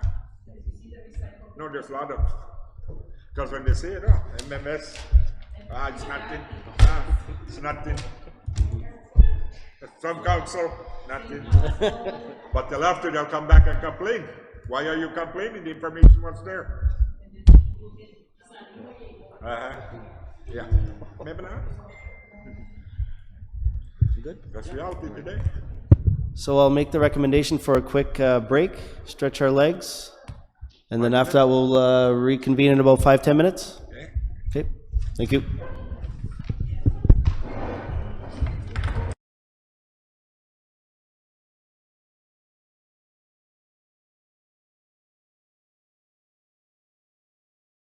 Here again, we've tuned back in online. Thank you, John, for the discussion on communication. Some other things that I wanted to talk about tonight and just follow up from previous meetings. One thing that was a very interesting initiative that was brought to the community was the Sustainable Development Institute came and did some home energy efficiency assessments, and they went around to about 25 different homes. And they went through and looked for drafts or places where you might be losing energy, ways that you can improve in your home, spray foaming things, weather stripping. They're looking to come back and do more work in this community. You can get up to $100 in free upgrades or things to help improve the efficiency of your homes. So I would highly recommend that we take advantage of this. They want to get their numbers up way high. I think they wanted to reach a number of about 500 homes serviced or helped this year. So far, we've only contributed 25 of those homes. So let's get those numbers up. They're willing to come back, and it only helps in that, first off, you get some help in improving the efficiency of your home, so it costs less to heat, costs less to cool, and you save some money, right? It's the Sustainable Development Institute. We have the pamphlets at the office. Brandy has them. So if you want to call at the Listuguj Band office, 2136, and Brandy can give you the number. The pamphlets are there. I was going to bring them tonight, but I could only find one left over there. So I said, it's better to leave the one there than bring the one left and hand it out, right? That way everybody can call and get the number rather than one person go home with it. So, but it's a great initiative, and they're looking to come back and help with more. The next item I have on my agenda here is talk on a gaming commission, and I believe Wendell has done some work on that and some research. I don't know if you wanted to yeah. To start regulating the gaming that's going on in Listuguj, that will benefit the whole community. There's still a lot of work that has to be done, but we're looking at proposals from the Assembly of First Nations. I've been talking to, also in December, I was in contact with the Assembly of First Nations and how we can start to develop our own commission, gaming commission, that's pertaining to bingo, to video lotteries that are on reserve, and talking to a few of the store owners too. They're more than happy. They're more than happy to develop a gaming commission. We've been looking at a gaming commissions in Gunwagi and other places. Right now, I'm working with economic development. Delphine, who is the manager of economic development, looking at ways that we can work around. That's part of self-government again. There's bylaws that have to be in place. Of course, talking to a few of the contacts at AFN and Gunwagi also. So right now, we'll be looking at proposals. We'll be looking at proposals from other First Nation gaming commissions that we assert our own jurisdiction. This will some reserves in Quebec have their own have poker machines, but they're governed by the province. Province takes most of the shares out of poker machines. But if we do come up with a gaming commission here, it'll be separate from the band. It'll be a commission itself that controls it. It won't be the Bank Council, but it won't be the Bank Council. A lot of people say, well, the money's just going to go back to the Bank Council, but we're trying to find a way that it goes back to the communities. And the store owners already said, we donate a lot to the community. There's a lot, well, for instance, there's one that Connie the Dam also donates a lot towards the community. Most of the community store owners donate, but they don't make it public. But they said, we don't mind sharing some, not all of it, but some of the revenues that are generated towards those poker machines are the big issue now, but it deals with the lottery tickets that go on, and let's just regulate them, and people from the community directly benefit instead of Quebec. So one of them that I was talking to in December in Ottawa too, said, yeah, you can govern your own act, you can control it, but another thing, this doesn't take overnight. These are the things we're going to be looking at. And we have no intention, I don't know how council feels about this, dealing with Quebec directly. It's same thing like we were talking about the Election Act, the custom election. We develop our own. But then again, we have legal fees, bylaws we can make towards it. But right now, we're looking at proposals right now, and we'll be going to the community, to the store owners, for them to give us ideas and how you guys want to do it. How should we regulate it, and the best way possible. The more information that we get, the more information that will come to the public. We'll keep consulting the public and what's going on, and sooner or later we can come up with a gaming commission that would satisfy everybody. Any ideas that we can start off with right away? But like I said, nothing's going to happen overnight. It's going to take time. That's what it's all about. Yep. Regulation, regulating, rules, regulations. Yeah. Giving permits to our own people, issuing our own permits. I don't know if they go by permits, gaming commission. Does anybody know how other gaming, we're just getting into it right now, other gaming commissions that, how they operate them. Mm-hmm. We'll be looking at other models, put it this way, and we'll be presenting models to the community. Which models should we go with? Because other First Nations are different. There's other big First Nations like one is Kanwagi. They got a big city right next to them, and how can we do it? How are we going to do it? But we'll be doing it together. Mike, you have a question? This is from Counsellor Lloyd. I want to let the community know that I apologize for not being present. I am currently under the weather. But I'd like to have some input from the community and their thoughts on a governing structure for Chief and Council. This is something that I brought up at the last community meeting and have been looking at other community structures. Ganawage Justice, for instance, has shared with me their laws. Who governs us? Have a custom code of ethics and disciplinary regulations manual implemented, etc. So he would like to know what your thoughts are on that.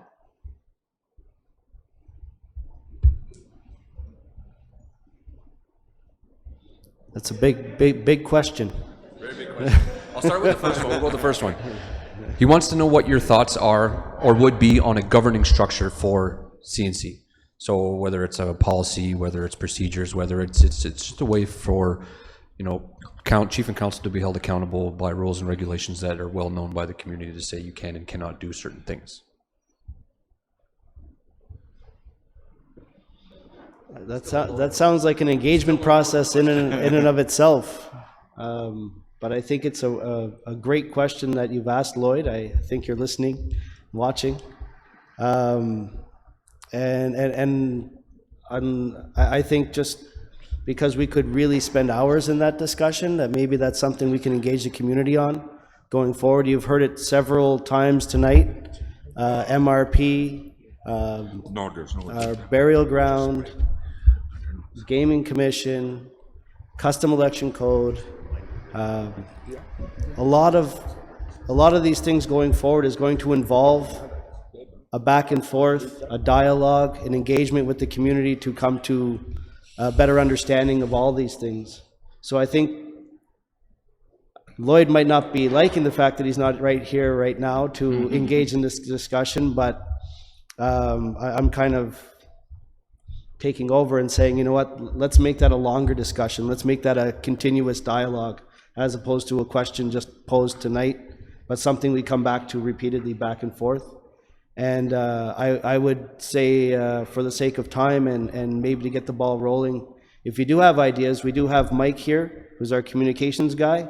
Send him ideas, send him suggestions, send him, and then maybe through that vehicle we can go back and forth. No doubt he's responding to my comments right now. Look what I started. I actually have a community member that's on our stream right now asking, going back to what you were discussing, Wendell, about the VLTs. What if the community decided that VLTs just aren't welcome here, and because they do more harm than good? So what would happen in that situation? What would happen in that situation?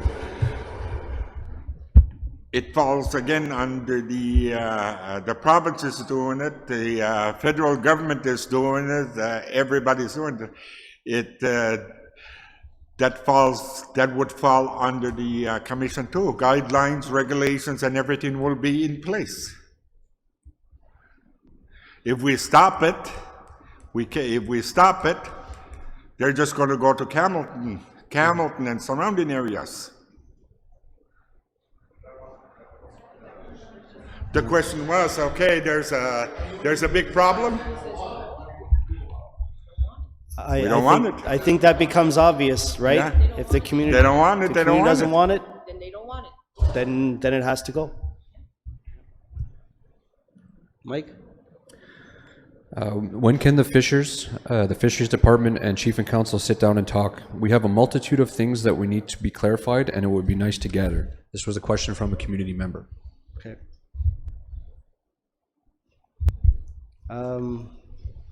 That's a tough one to answer right now on the spot, but I'm sure we could work out a time in very near future with Dr. Fred and Chief and Counsel and have that open to the community as well, or open to the fishermen as well. You know? It's tomorrow morning at 10 o'clock. Mm-hmm. Okay. No. I think it's Director of Fisheries talking to the fishermen. Yeah. Yeah.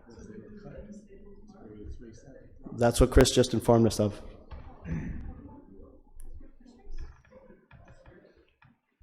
That's what they said. The fishermen were called to a meeting tomorrow here at the big hall at 10 o'clock. That's what they said. Okay. Well, then it's next door then. Okay. That's what they told me. It's unfortunate Dr. Fred isn't here at the moment. He'd be the best person to answer that question. Maybe somebody send him a text and confirm if there's that meeting tomorrow. Yeah. Okay, so tomorrow, 10 o'clock. Okay. So it's just for Again, Dr. Fred is the best person to answer this question. Somebody send him a text and ask the details, and we can share that.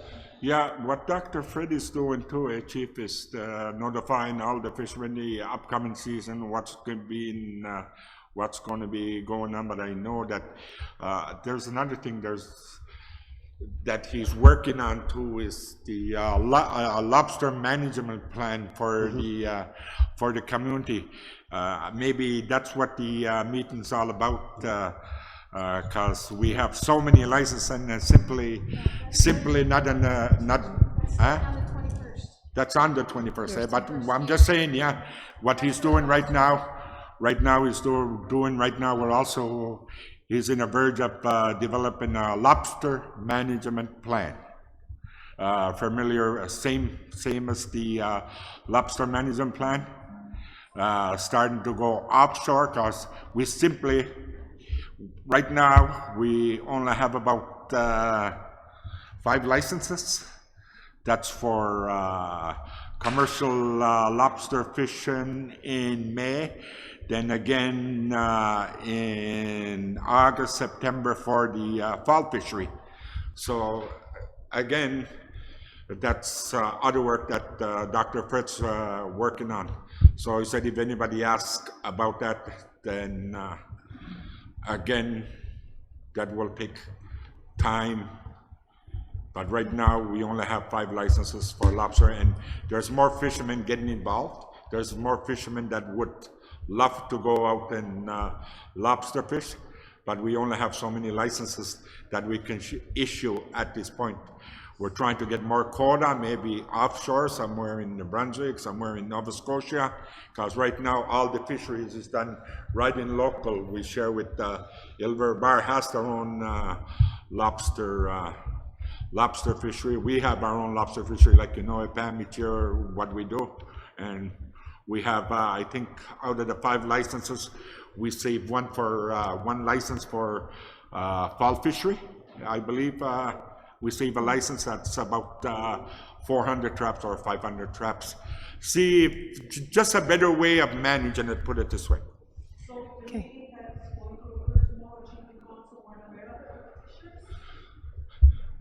It didn't come to a point to Chief and Counsel yet. The manager himself, the director, is working with the fishermen. Nothing has been decided yet. Nothing has been decided yet. Okay. Fred said the meeting is between him and the fishers. Just Yeah. him and the fisheries? Yeah.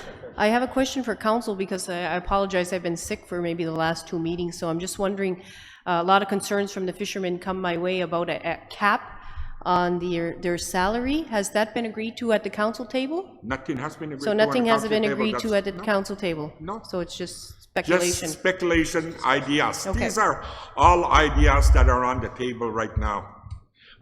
There's other people blown out of proportion. It didn't even, like we said, it didn't even come to council yet. It's all administrative at this point. The manager is looking at ways he can do it.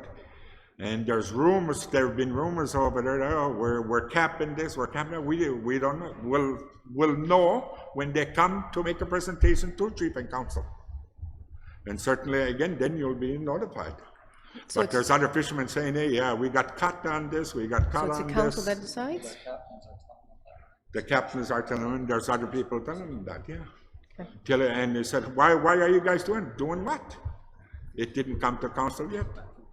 It's all information right now.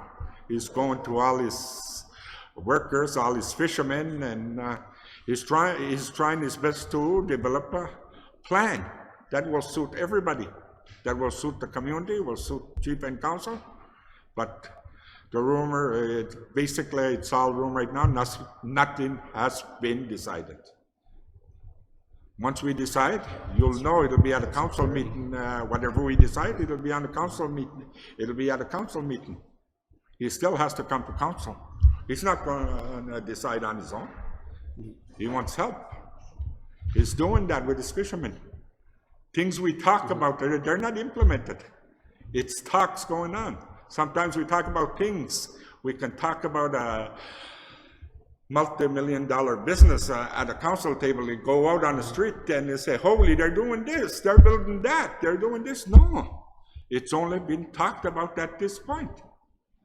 You'll know when it happens. Things that are going to happen, you'll know. But let's give our managers, our directors, they're all working together. Chief and Council is working with all the directors. When they come to the table and we decide, that's when you'll know. What's your idea?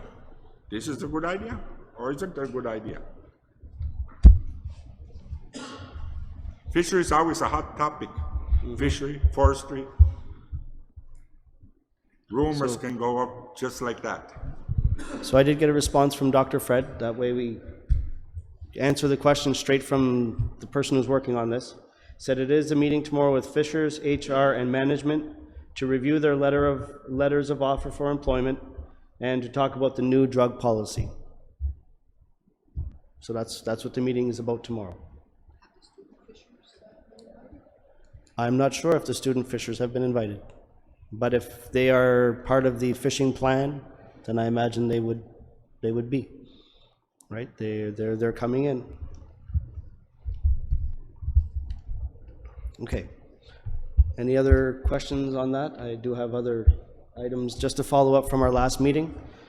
There was a discussion around housing at the last one, housing and decision-making and things like that. So one of the things that we're looking at now, very, very preliminary discussions, as has been mentioned before, is a housing authority. So trying to find that separation between Chief and Council and housing and the selection, the repairs, the this, the that, and trying to find more of a clear understanding of a process rather than, contacting council members or whatever other methods have been used in the past. Try to find something that's a little more transparent and consistent, so that there's a prioritization that happens. So if somebody doesn't have heat in their house, obviously that's a little more important than if my door doesn't, maybe the doorknob's not working right.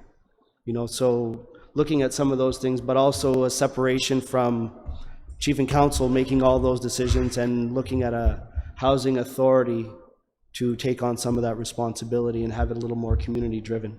So very preliminary discussions, but it is something that was mentioned at the last meeting. We talked about an application for funding being submitted from Capital and Infrastructure.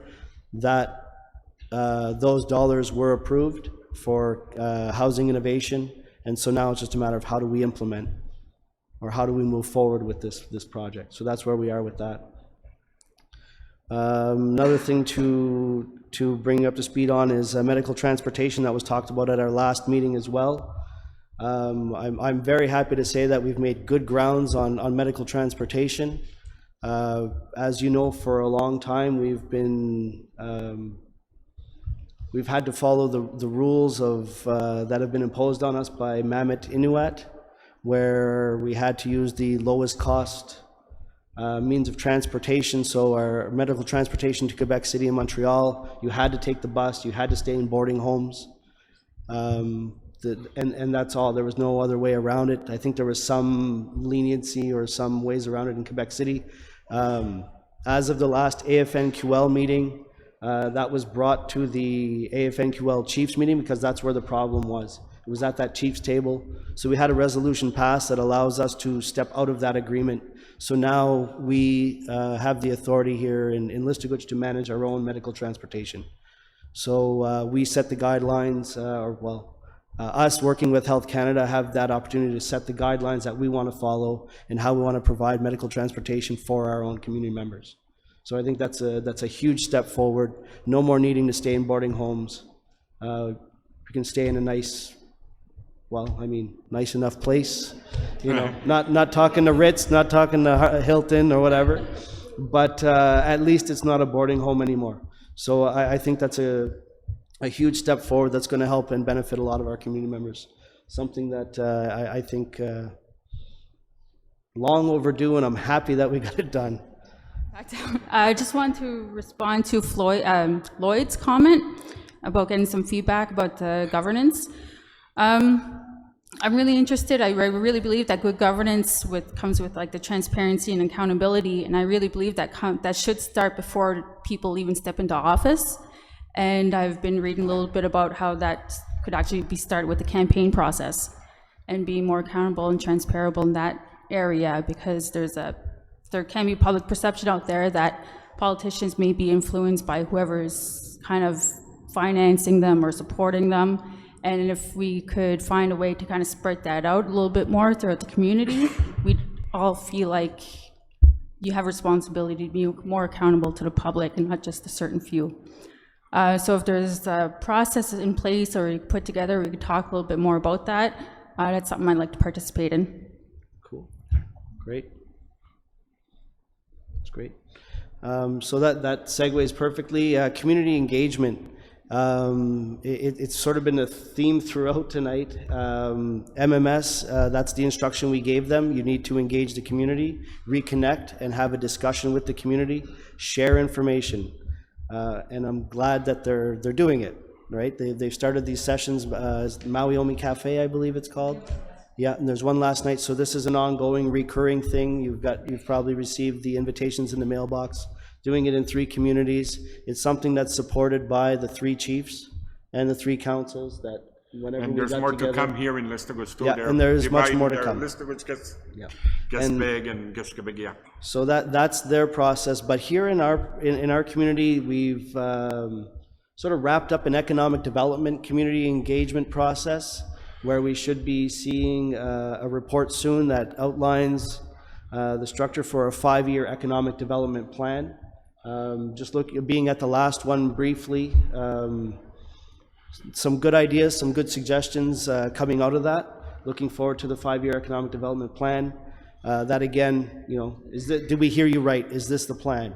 Is this what you talked about? Is this what's important to you? That's the next step. On Tuesday, we will be engaging the community on lobster fisheries. Okay, on the lobster fishery, as Wendell referred to earlier, DFO has its rules. We've been following them.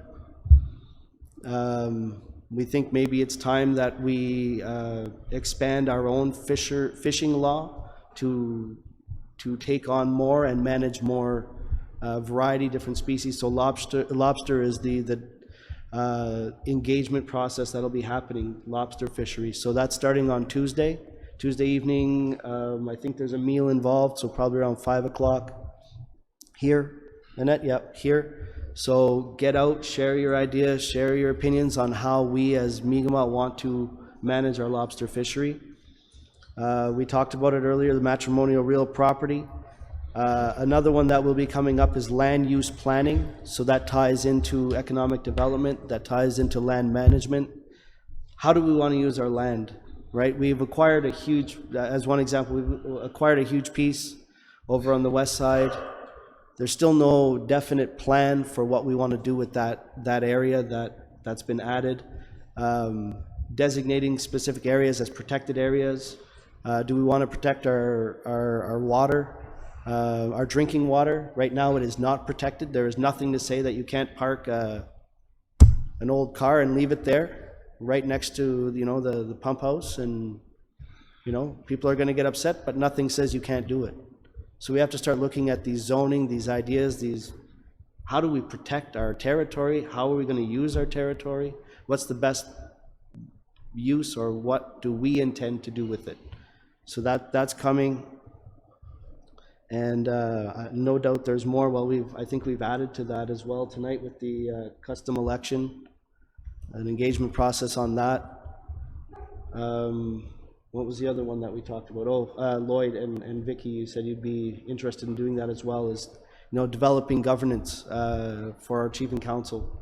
What's our roles? What's our responsibilities? What do you expect of us? How do you hold us accountable? How are we accountable to you as opposed to being accountable to INAC? Because right now that's who tells us what we're supposed to do and what we're not supposed to do. According to the Indian Act, right? It's not exactly what we follow, but it would be nice that it becomes more of a community accountability, that we know what you expect. And I would go back to your comment and saying, when you're running for elected office, you know what you can expect from the people that you're voting for. They know what they're signing up for and getting into, right? I think that's an important part, because right now there's nothing that tells us what we're supposed to do, right? And everybody has a slightly different opinion on what that is.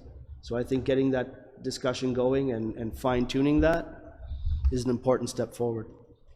Very important. So those are some of the community engagement things. That's some of the stuff I wanted to share, and council wanted to share with you, all of you. I don't know if there's other questions or anything. I just want to know what's being done in the community as far as our elderly population is concerned. Okay. We've been talking about elders, we've been talking about taking care of our elders, we've been talking about doing all kinds of stuff. What do we got? Our elders are scattered all over New Jersey, making the problem for one we can do that. It's time we start doing something.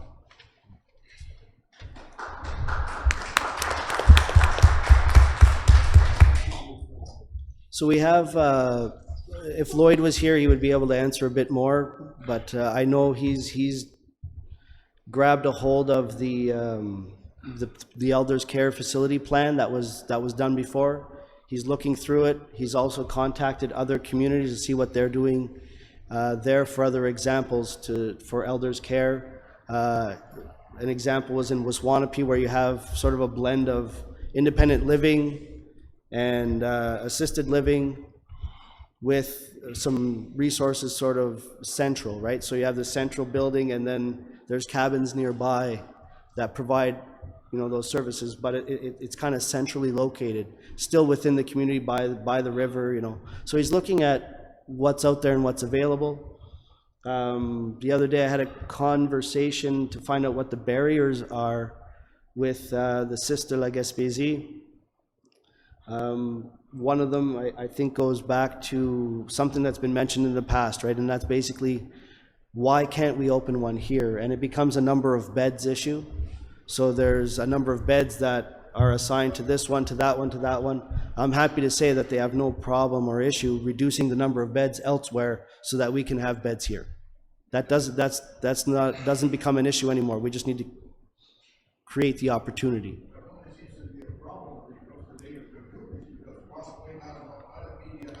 Yep. Yes.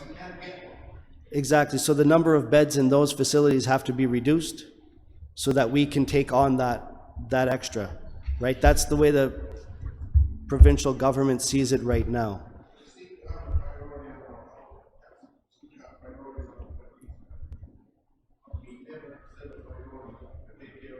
we are prioritizing this. Yeah, yep. Yep. And right now it's flooded, but like the person who issues the permit says, I have no problem reducing those beds in other places, and then we can pull that here, right? So it's just the plan now that we need to do to execute that and get to the point of. I've experienced that myself. My own grandmother, Mm-hmm. she never wanted to be a bad being in the first place. She had no choice, but also. It was sad. Yeah. Especially to spend your last day somewhere with your Mm-hmm. There you go. What's the number of elders? High. If we look at, I think we'd have to go back to Director of Health and Director of Social Service. Mm-hmm. We have number of seniors in different areas, from Raya to Metapedia to Crosspoint, and Adultville. But Adultville, I guess they need a New Brunswick license. But for the Quebec region itself, this discussion has been long going. It's never been touched for a couple of years, and this is what the chief just mentioned a while ago. We have a councillor working on it right now, prioritizing, looking into it, because there's been a lot of work done by you too, Brenda.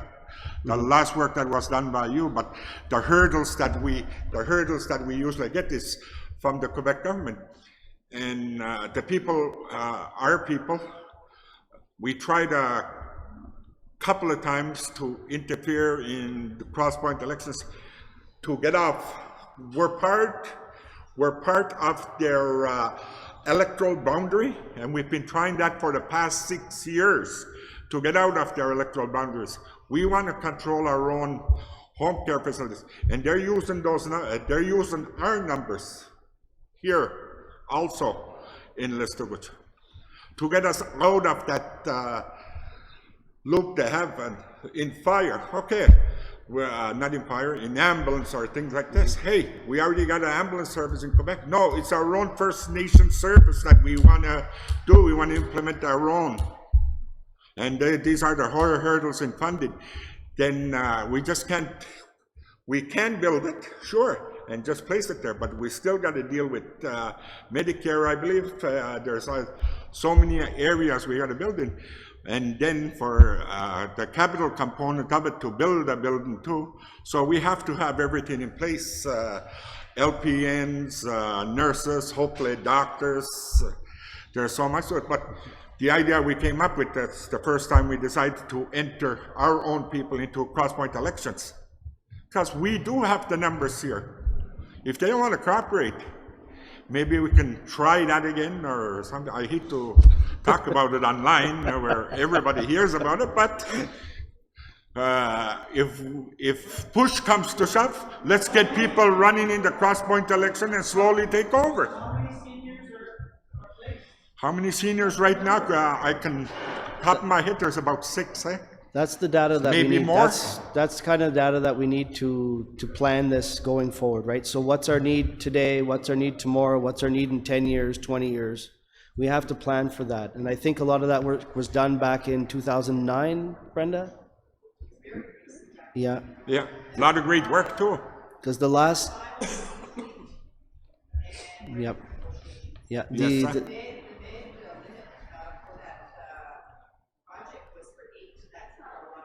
No, and That's what the average.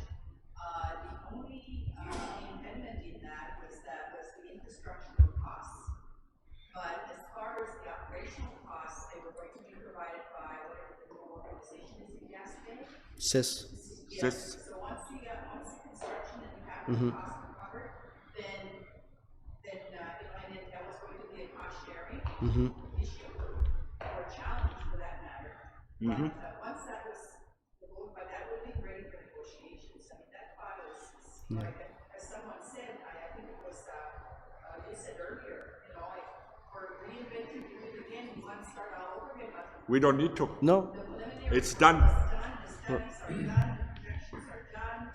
If somebody would bother to go through the file and actually look at it and say, in 2016, maybe circumstances have changed a little bit. Tweaking it, like you said. But I think it would be it's a priority with chief and council. It could happen within, because you have a good relationship with Gasper. Yes, we do. So, you could actually make it happen sooner or later, and then part of the affairs, you have a lot of the processes within your purview, meaning that you can actually, as chief and council, decide you're going to put X number of dollars from RAP into their community housing, into their, Section 95. that's right, Yeah. community, but, Yeah. it would be there. Yeah, so, In the negotiations of the claims, you did identify $3 or $4 million. Yeah. Where that went to, we don't know, right? So that was on their part. was that what the $3 or $4 million? Cinnabon. No. Yeah, there was one of the plans that was tabled to us in the early discussions, community discussions. Yeah. I don't know, I wasn't in. Yeah. There was $3 or $4 million, I can't remember the exact number, but it was identified for Wendell. Well, there was It was 4 million, Brenda. four and a half part million of that the was. SAS settlement, stuff like that, but we didn't get to that far, yeah? So Yeah, now we got to for- look elsewhere for the capital dollars anyway. Because like you're saying right now, everything's done. They is just tweaking it again and finding the capital dollars, and that the chief and council make it a priority, which I believe we are going to make it a priority anyway. I think we're at that stage where a counselor has picked it up and is starting to review the file and see where we were, where we left off. The conversation I had with Connie, I think, was the last contact was 2009, 2010, somewhere around there. So nothing has been communicated to them since that time. So we're looking at a 6-7 year period that it hasn't been worked on. But she says it's as simple as, do you want to prioritize it? Let's do it. Do you know what I mean? Let's signify that as something we both want to work on and move forward. So right now, like I said, we've got to kind of look at what's in the plan. What do we need? What's the data? Where are we? What's our needs? Because you don't want to go with a plan that necessarily met the needs 6 years ago or 3 years ago. You want to make sure, does it still fit today? I'm not saying reinvent, but update it, right? Let's update it. And if that's going to meet the needs of our community, what level of care does it provide? Is it, palliative care? Is it assisted living? Some range in between, all of the above? Those are the things that we have to tweak.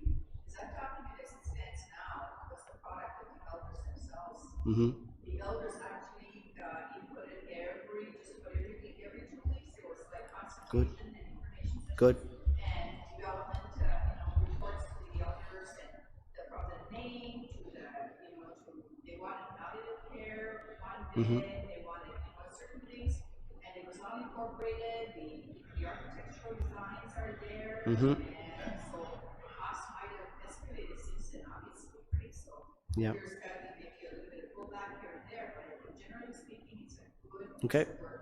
Good. So that's. Oh, it is. No, No, Lloyd it's has looked it. at already. Lloyd's got it, and he's Yeah. like I said, he's pulling examples from other places as well. Yes. Yep.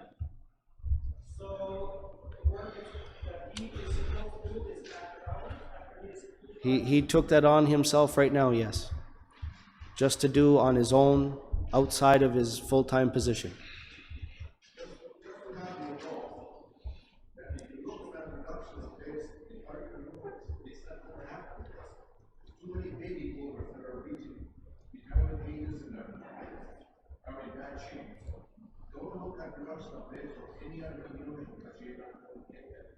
Well, that's contradictory to what the person who writes the permit said. They give one permit to, They not Debbie? eliminate, but go from 95 so down to far? 90. I mean, it's not a big change for them. Yeah. Yeah.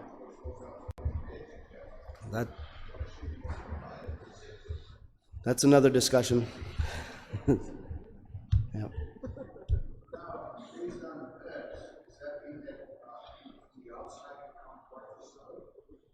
other First Nations, maybe if if that's how there's we decide, availability, yeah. once we build the building. If there's availability. Yep, if that's what we want. Mariah. Yep. That's how we're looking at the Giganu right now as well. In you know, do we want to not just serve our own, but do we want to, you know, Eel River Bar or Big Mount neighboring communities. You know.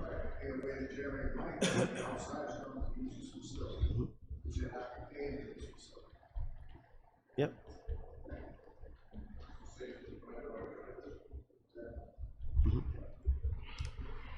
So what's coming from the public tonight is prioritize the seniors complex. Yeah.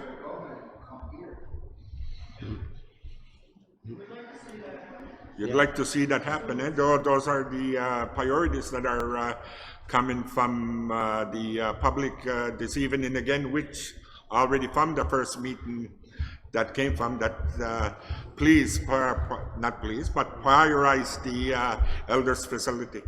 Because I know for a fact too, there's a lot of elders that want to be home, be taking care of their own, being taking care of their own people, speaking their language. There's so many things in that report, Brenda, that talks about the consultations you had with the elders, everything is there. Like now it's time to go to government. It's time to start attacking now. Mm-hmm. Yeah, exactly. Yeah, I understand that. Yeah. Mm-hmm. It's time we do.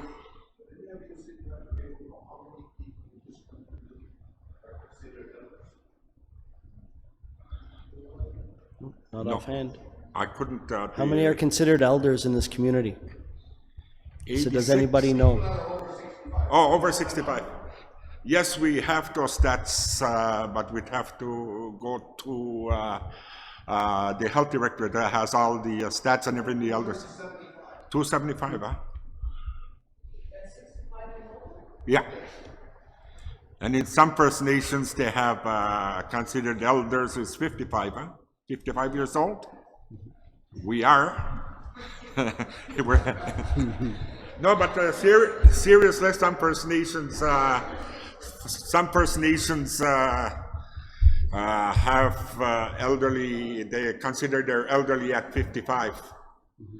Just like St. Mary's, I got a bingo card, elders card in St. Mary's, 55 and over, save 10%.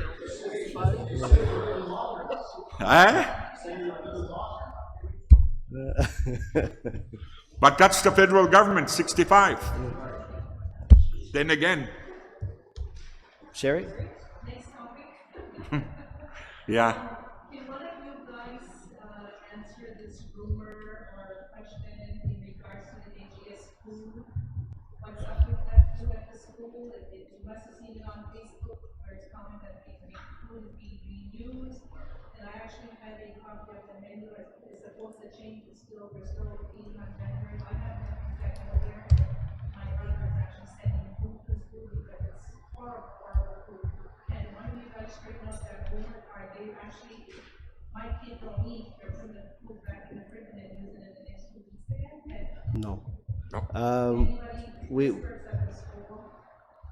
We had a brief discussion with Beverly Martin Basque.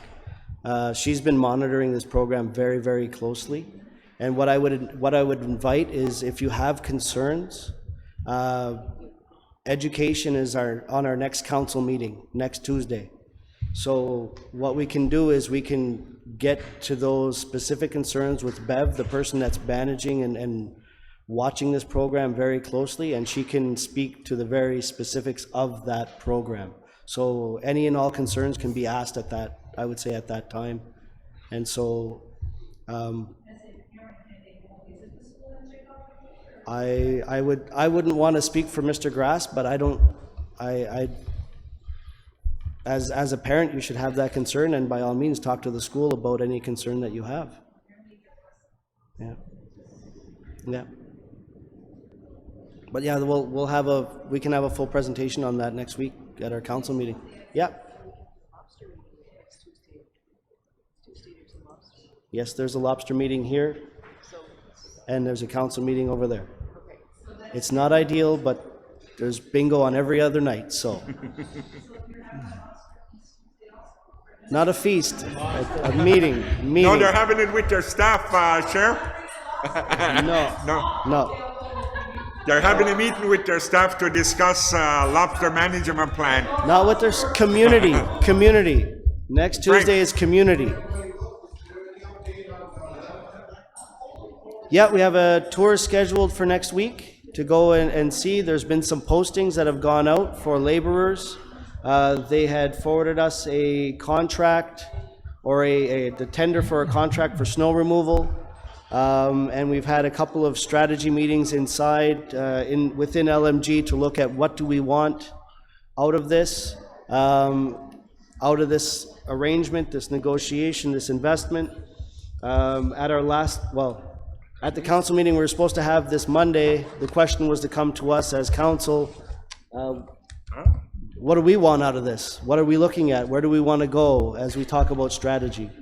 Right, so that question will be brought up at the next council meeting.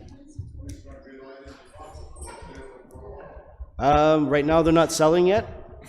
They're not distributing yet. They're not producing yet. They're probably going to be producing summer and ready for full scale in, you're saying July? July, I think, is the test run, and then 2 months after that they'll be ready for full production. Yes, 100%, and we have 15 people that are starting in a training program, I believe in March. To go work, to get into that industry. Yeah.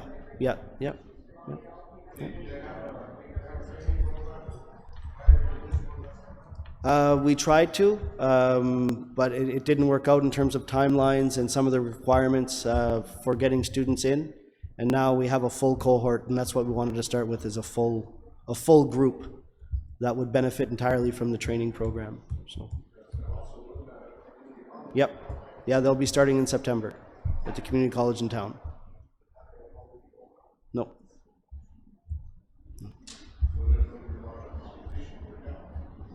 Yep.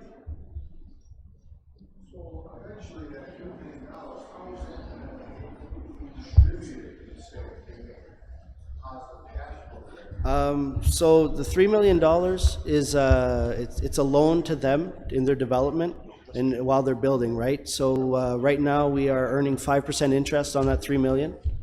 So and after 6 months, which is coming up, that's our first date that we can decide to do something with that $3 million. So we can either decide to pull that $3 million out with 5% interest over a 6-month period, or we could decide to turn that into shares in the company. So how much shares we would have depends on the value of the company on that day, right? And so we can do that on 6 months, and we can do that any time between the 6-month period and 2 years. So that, yes. It's going to skyrocket once the announcement is made by the federal government. Skyrocket. There was a company out west that doubled in value over 3 days. It went from $1 billion to $2 billion. That's the one. Yep. Yeah. Jeez. And up to $2 billion now. Yeah. Yeah. So it's. The one in town made good for a month. Just testing it. He knew he was going to get. Yeah. Mm-hmm. Yep. It's an investment. And yeah, it's a good one. It's making money now on the investment. And it was better than keeping it in a bank account. Mm-hmm. Any other questions? Oh, see, this is about to die, so this, just on time. My message. You're just like the priest's laptop.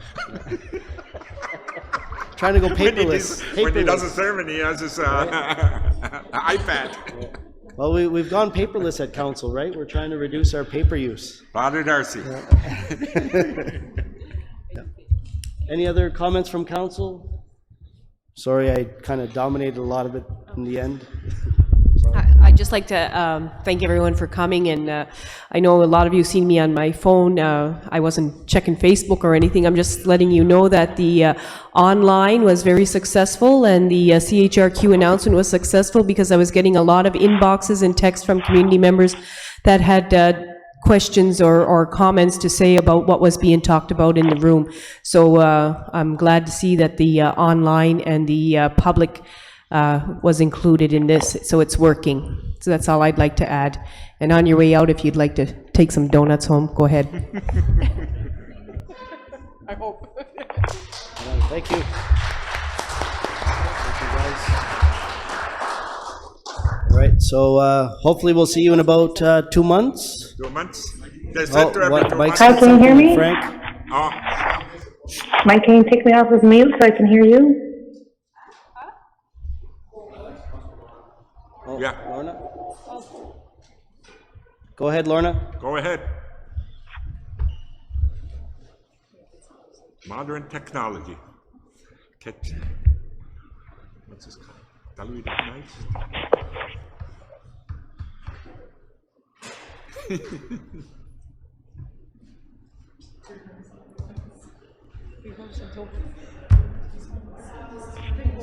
Okay, I'm assuming that people can hear me. I'm just going to speak. I can't hear anybody that's going on.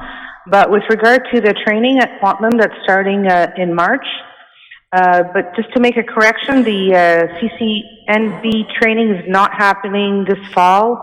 The whole deal fell through, so the Quantum University is not negotiating with CCNB to put on the course.